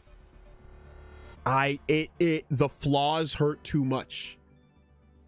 The flaws hurt too much, and the flaws hurt too much, and for me, Manfred von Karma is goated. And Gant? Damon Gant? Nah. Nah, these ones were so solid. Nah. It's like that. Like you had to beat that, and I don't know if you clear the bar on that one. Steelman. Counterpoint. Devil's Advocate. How great 2-4 is based on what came before. You don't appreciate how good this final case is if you don't have the formula understood to a T at this point. This case is so good because of how much it upsets the formula. Upsets the formula, tweaks it. Yes. Yeah. Right? So this is good on the basis of what came before. But, yeah. The lows are too low, and it brings the average of the class down. It does. It does. And to be fair, Gant gets added in retrospect. You know what I mean? That was thrown in post. Yeah. Manfred was just what you had beforehand. But it doesn't matter. The experience we had, at the very least, I think, sends it over the top. The Manfred case and everything going on with Edgeworth and his childhood, and he's like, no, I did it, and you have to fight against his freaking memories and everything. I'm like, that was iconic. Sick. That was sick. That's wicked. Yeah. Corrupt police, like getting on a level you can't attack. You know. Manfred even took down Phoenix. He fucking bow. Give me that. I'll see you in court tomorrow. Straight up. Yo. Yeah. No, that was great.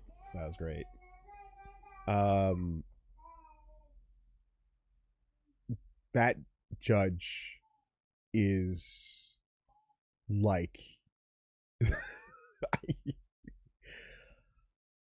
that. Like, there are problems. There are serious problems with this world. That judge is crazy. Yeah. It was bad in one. That is like unforgivable levels of insanity going on in two. Holy shit, he's dumb. He won't figure it out.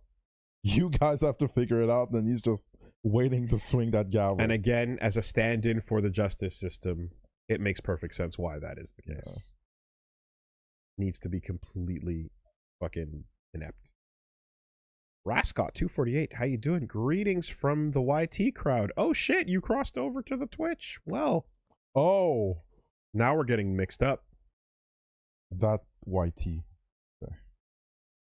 Yes, YouTube. Greetings from the YouTube crowd. I usually catch it like after like a few seconds, but this time it fucking... Come on, we've got our own nomenclature. Yes, right. There'd be brackets involved. People would know. There'd be brackets what to use, involved. right? Okay. Oh my God. The Baltic Guy 1, how you doing? Quick funny update with the Angine de Poitrine saga. Is it a saga? Is that a saga? I guess so. People still mad, or... They were a surprise act at Osheaga this weekend. Oh. They shared the stage with Tate McRae, who would later headline, so all her fans were camping the barrier early. Very funny to see all the pop girlies confused as hell with the Dadaist alien math rock band. A few got into it, but most had no idea what was going on. Yeah, when you jump scare people like that, they're gonna get very confused. But that's really funny to drop on. Yo, Angine de Poitrine as a surprise act is that's a choice. Well, now you can't rush the stage, right? Or not rush the stage, but like rush to the crowd in, because now you get a bunch of people just elbowing through all the girls that are there. That's real funny. Yeah, I didn't know that exactly, Eric. I'm like, there is a saga. The saga was they rolled up, and I was just like, who are they? And like, oh shit, wait, everyone loves them. They're fucking super huge out of nowhere. Shoutouts to Gatsino. The Great Skinardo. Best girl agreed. It is funny that like Maya gets the big genuine smile at the end of the first game. So Francisca gets the tears. Yeah. You know? It's all about the gap. Vigs, how you doing? Or Vigos? Vigogs. Props to Woolie for calling the method of catching Matt way in advance weeks ago. Yeah, I thought that's what the start of his appearance was going to be, you know? I really thought the start of the appearance of the killer on the stand was going to be like turning him. I was surprised that he started out defending his client, but yeah.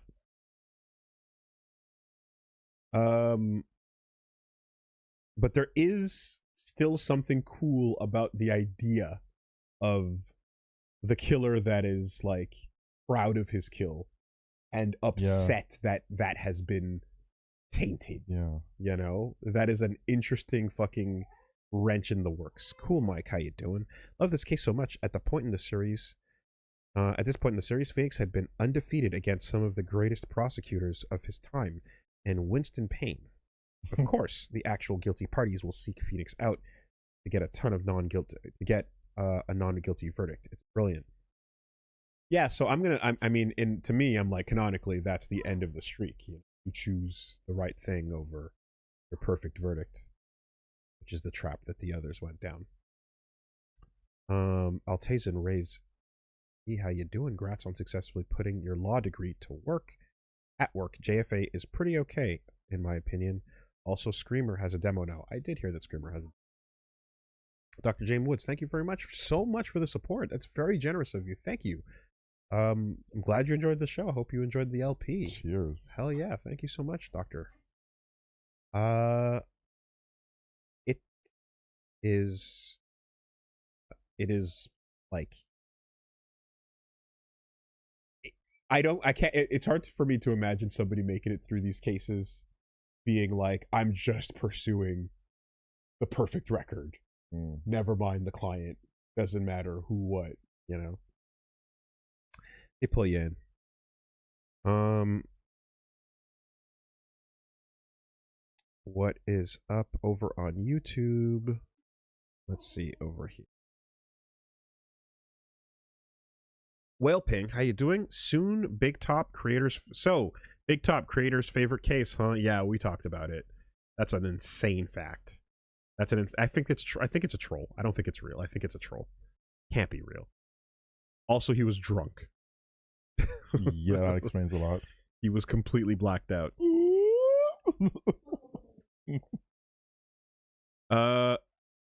If you replaced Maya with a loved one, would your heart still pick justice? That's the question. Right. If you, the player, replaces Maya with someone you care about, would you still pick justice? Yeah. Yeah, that truly is the question.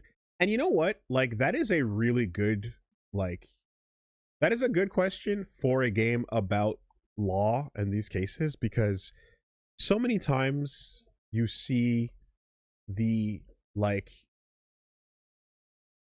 beyond the shadow of a doubt guilty person in court with the verdict being read out, and you get the reaction and just essentially times where, the clan, the family, the loved ones, the supported, and whatnot, there's a level of impact and disbelief that hits that is you're going through denial on all fronts of believing that somebody's capable of doing that. And in some cases, that you can only imagine what it must be like and how long it must take to process someone burning like that.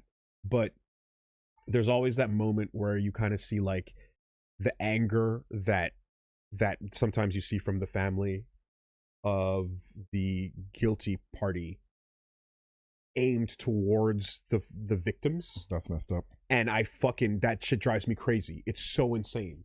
It drives me nuts every time. I'm like, fuck you can't I get that. Anyway, it's a really difficult thing because you're the emotions there are as strong as they can ever be, and you gotta have that moment of being, you have to have an ounce of empathy, right? And the thought where you're kind of I can't be empathetic enough to feel that the victim's family in this case Like to even I can't even put myself in their shoes because I'm too busy in my own or in my own point of view. That makes me nuts. It's so infuriating. Can't put themselves in other people's shoes. Even when you're in the middle of it. Yeah. You know what I mean? Like the ability to just take yourself out of your own perspective for a second and imagine, is one that is rough, man. And yeah, so when you ask that question, it is like, who can say until the moment occurs, but like I just know that the type of person I am, I feel that I get really bothered by people who are like even within denial and suffering, like denying objective reality to a degree where you can't empathize with, let's say, again, like if you're talking about someone that killed someone else, the people that had someone killed on their side, you're so on your side that you just refuse to even think about how that might or what that might be like, and if you're down a narrative where you're like, you got the wrong person, then I mean, we're in a different world altogether. Yeah, that's a different topic. That's a different topic. I'm talking about a topic where it's like, yeah, they did it. You, the person of your family, your friend, there's your no relative, question, did it. It's evident. There's proof. There's everything. And you just won't take that. Yeah. Because I think everyone should be allowed that process to like grieve and heal what that loss of the person that you love. It's not even a loss for everybody, but to feel what the loss of the person you thought they were is like. But like when you also just cannot show a shred of empathy,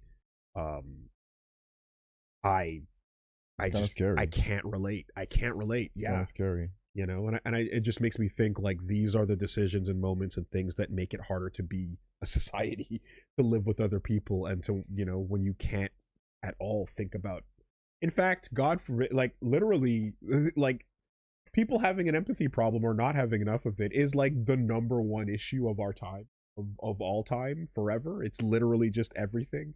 The fact that you can't pretend to be someone else and see from their perspective is the number one issue.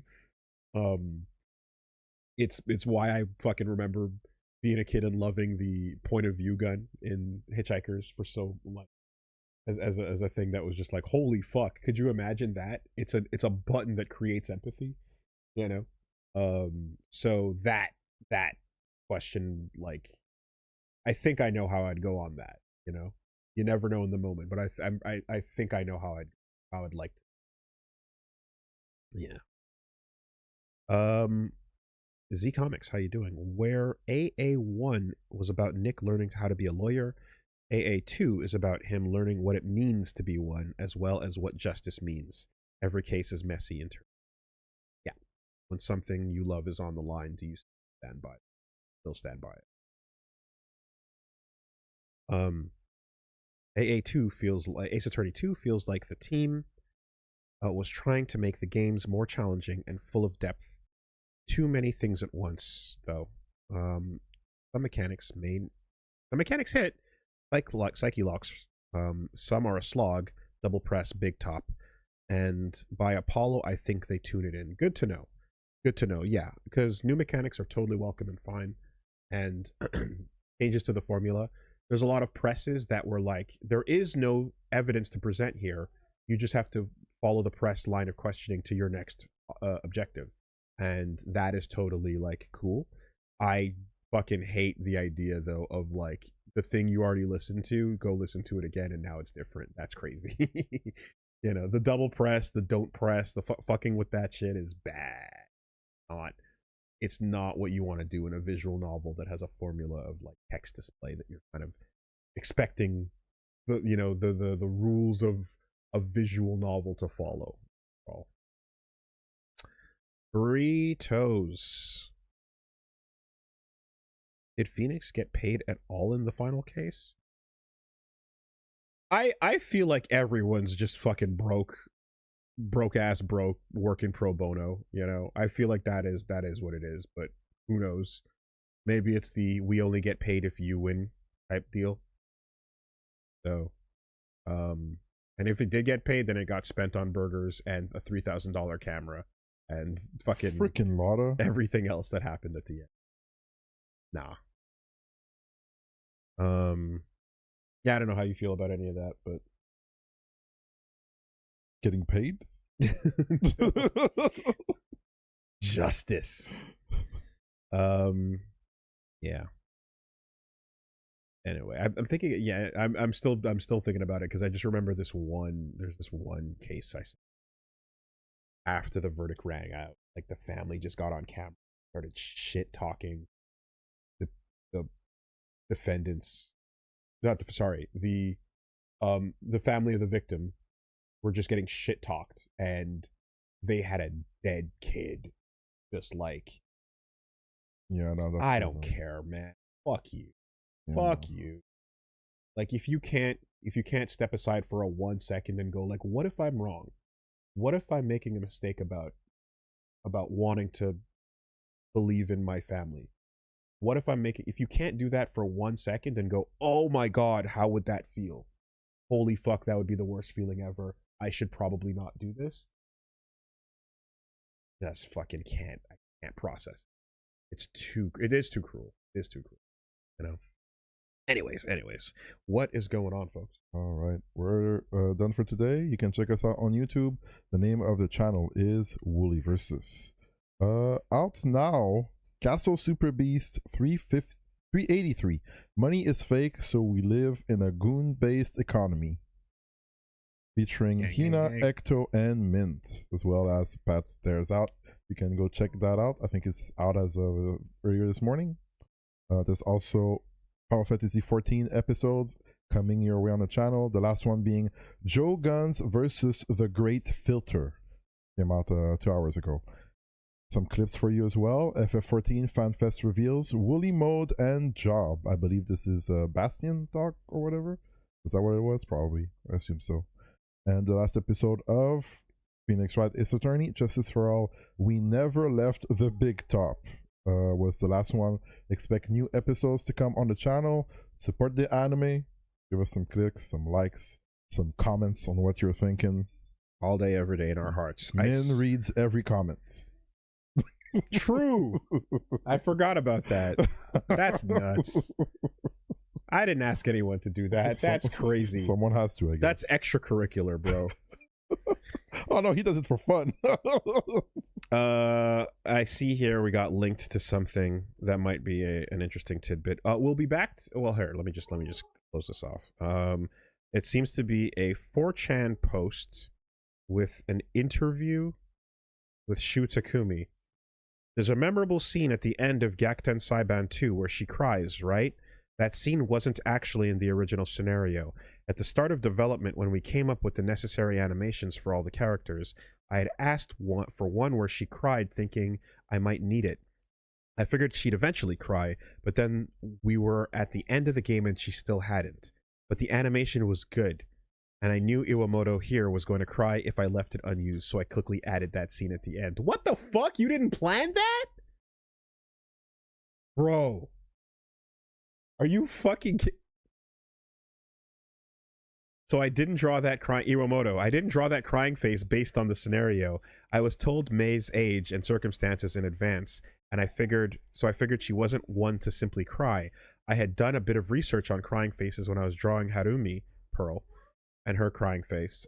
So that's why Mei cries a bit childish. Interviewer, really? Iwamoto. And it worked really well with the scenario at the end, and it looked great. It's almost a miracle. That is fucking crazy. What are they doing over there?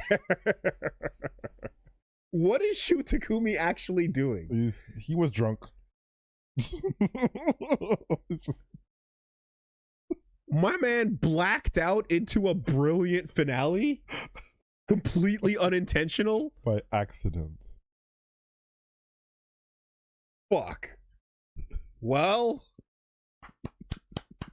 good job, buddy. Good job. I guess we'll never know. What would have happened if you never used the crying face? Oh my god. At the end of fucking Phoenix Wright 2. I guess we'll never know. We'll be back tomorrow with more Dark Souls 2. We'll be back on Saturday with Getting to Fighting Games. There's a whole lot of them coming out, so let's check them out. What are we fucking gonna do? We'll figure it out. All right. And we'll be back on Sunday very quickly for a section of the FGC Coliseum, the charity event being put on for research into spines and spinal fluid. So come hang out. It'll be a good time, and it'll be the return of an old classic bit. I talked about it a bit on the podcast, so they know what's coming. But Gotcha. the return this Sunday. All right? See you guys tomorrow. Later.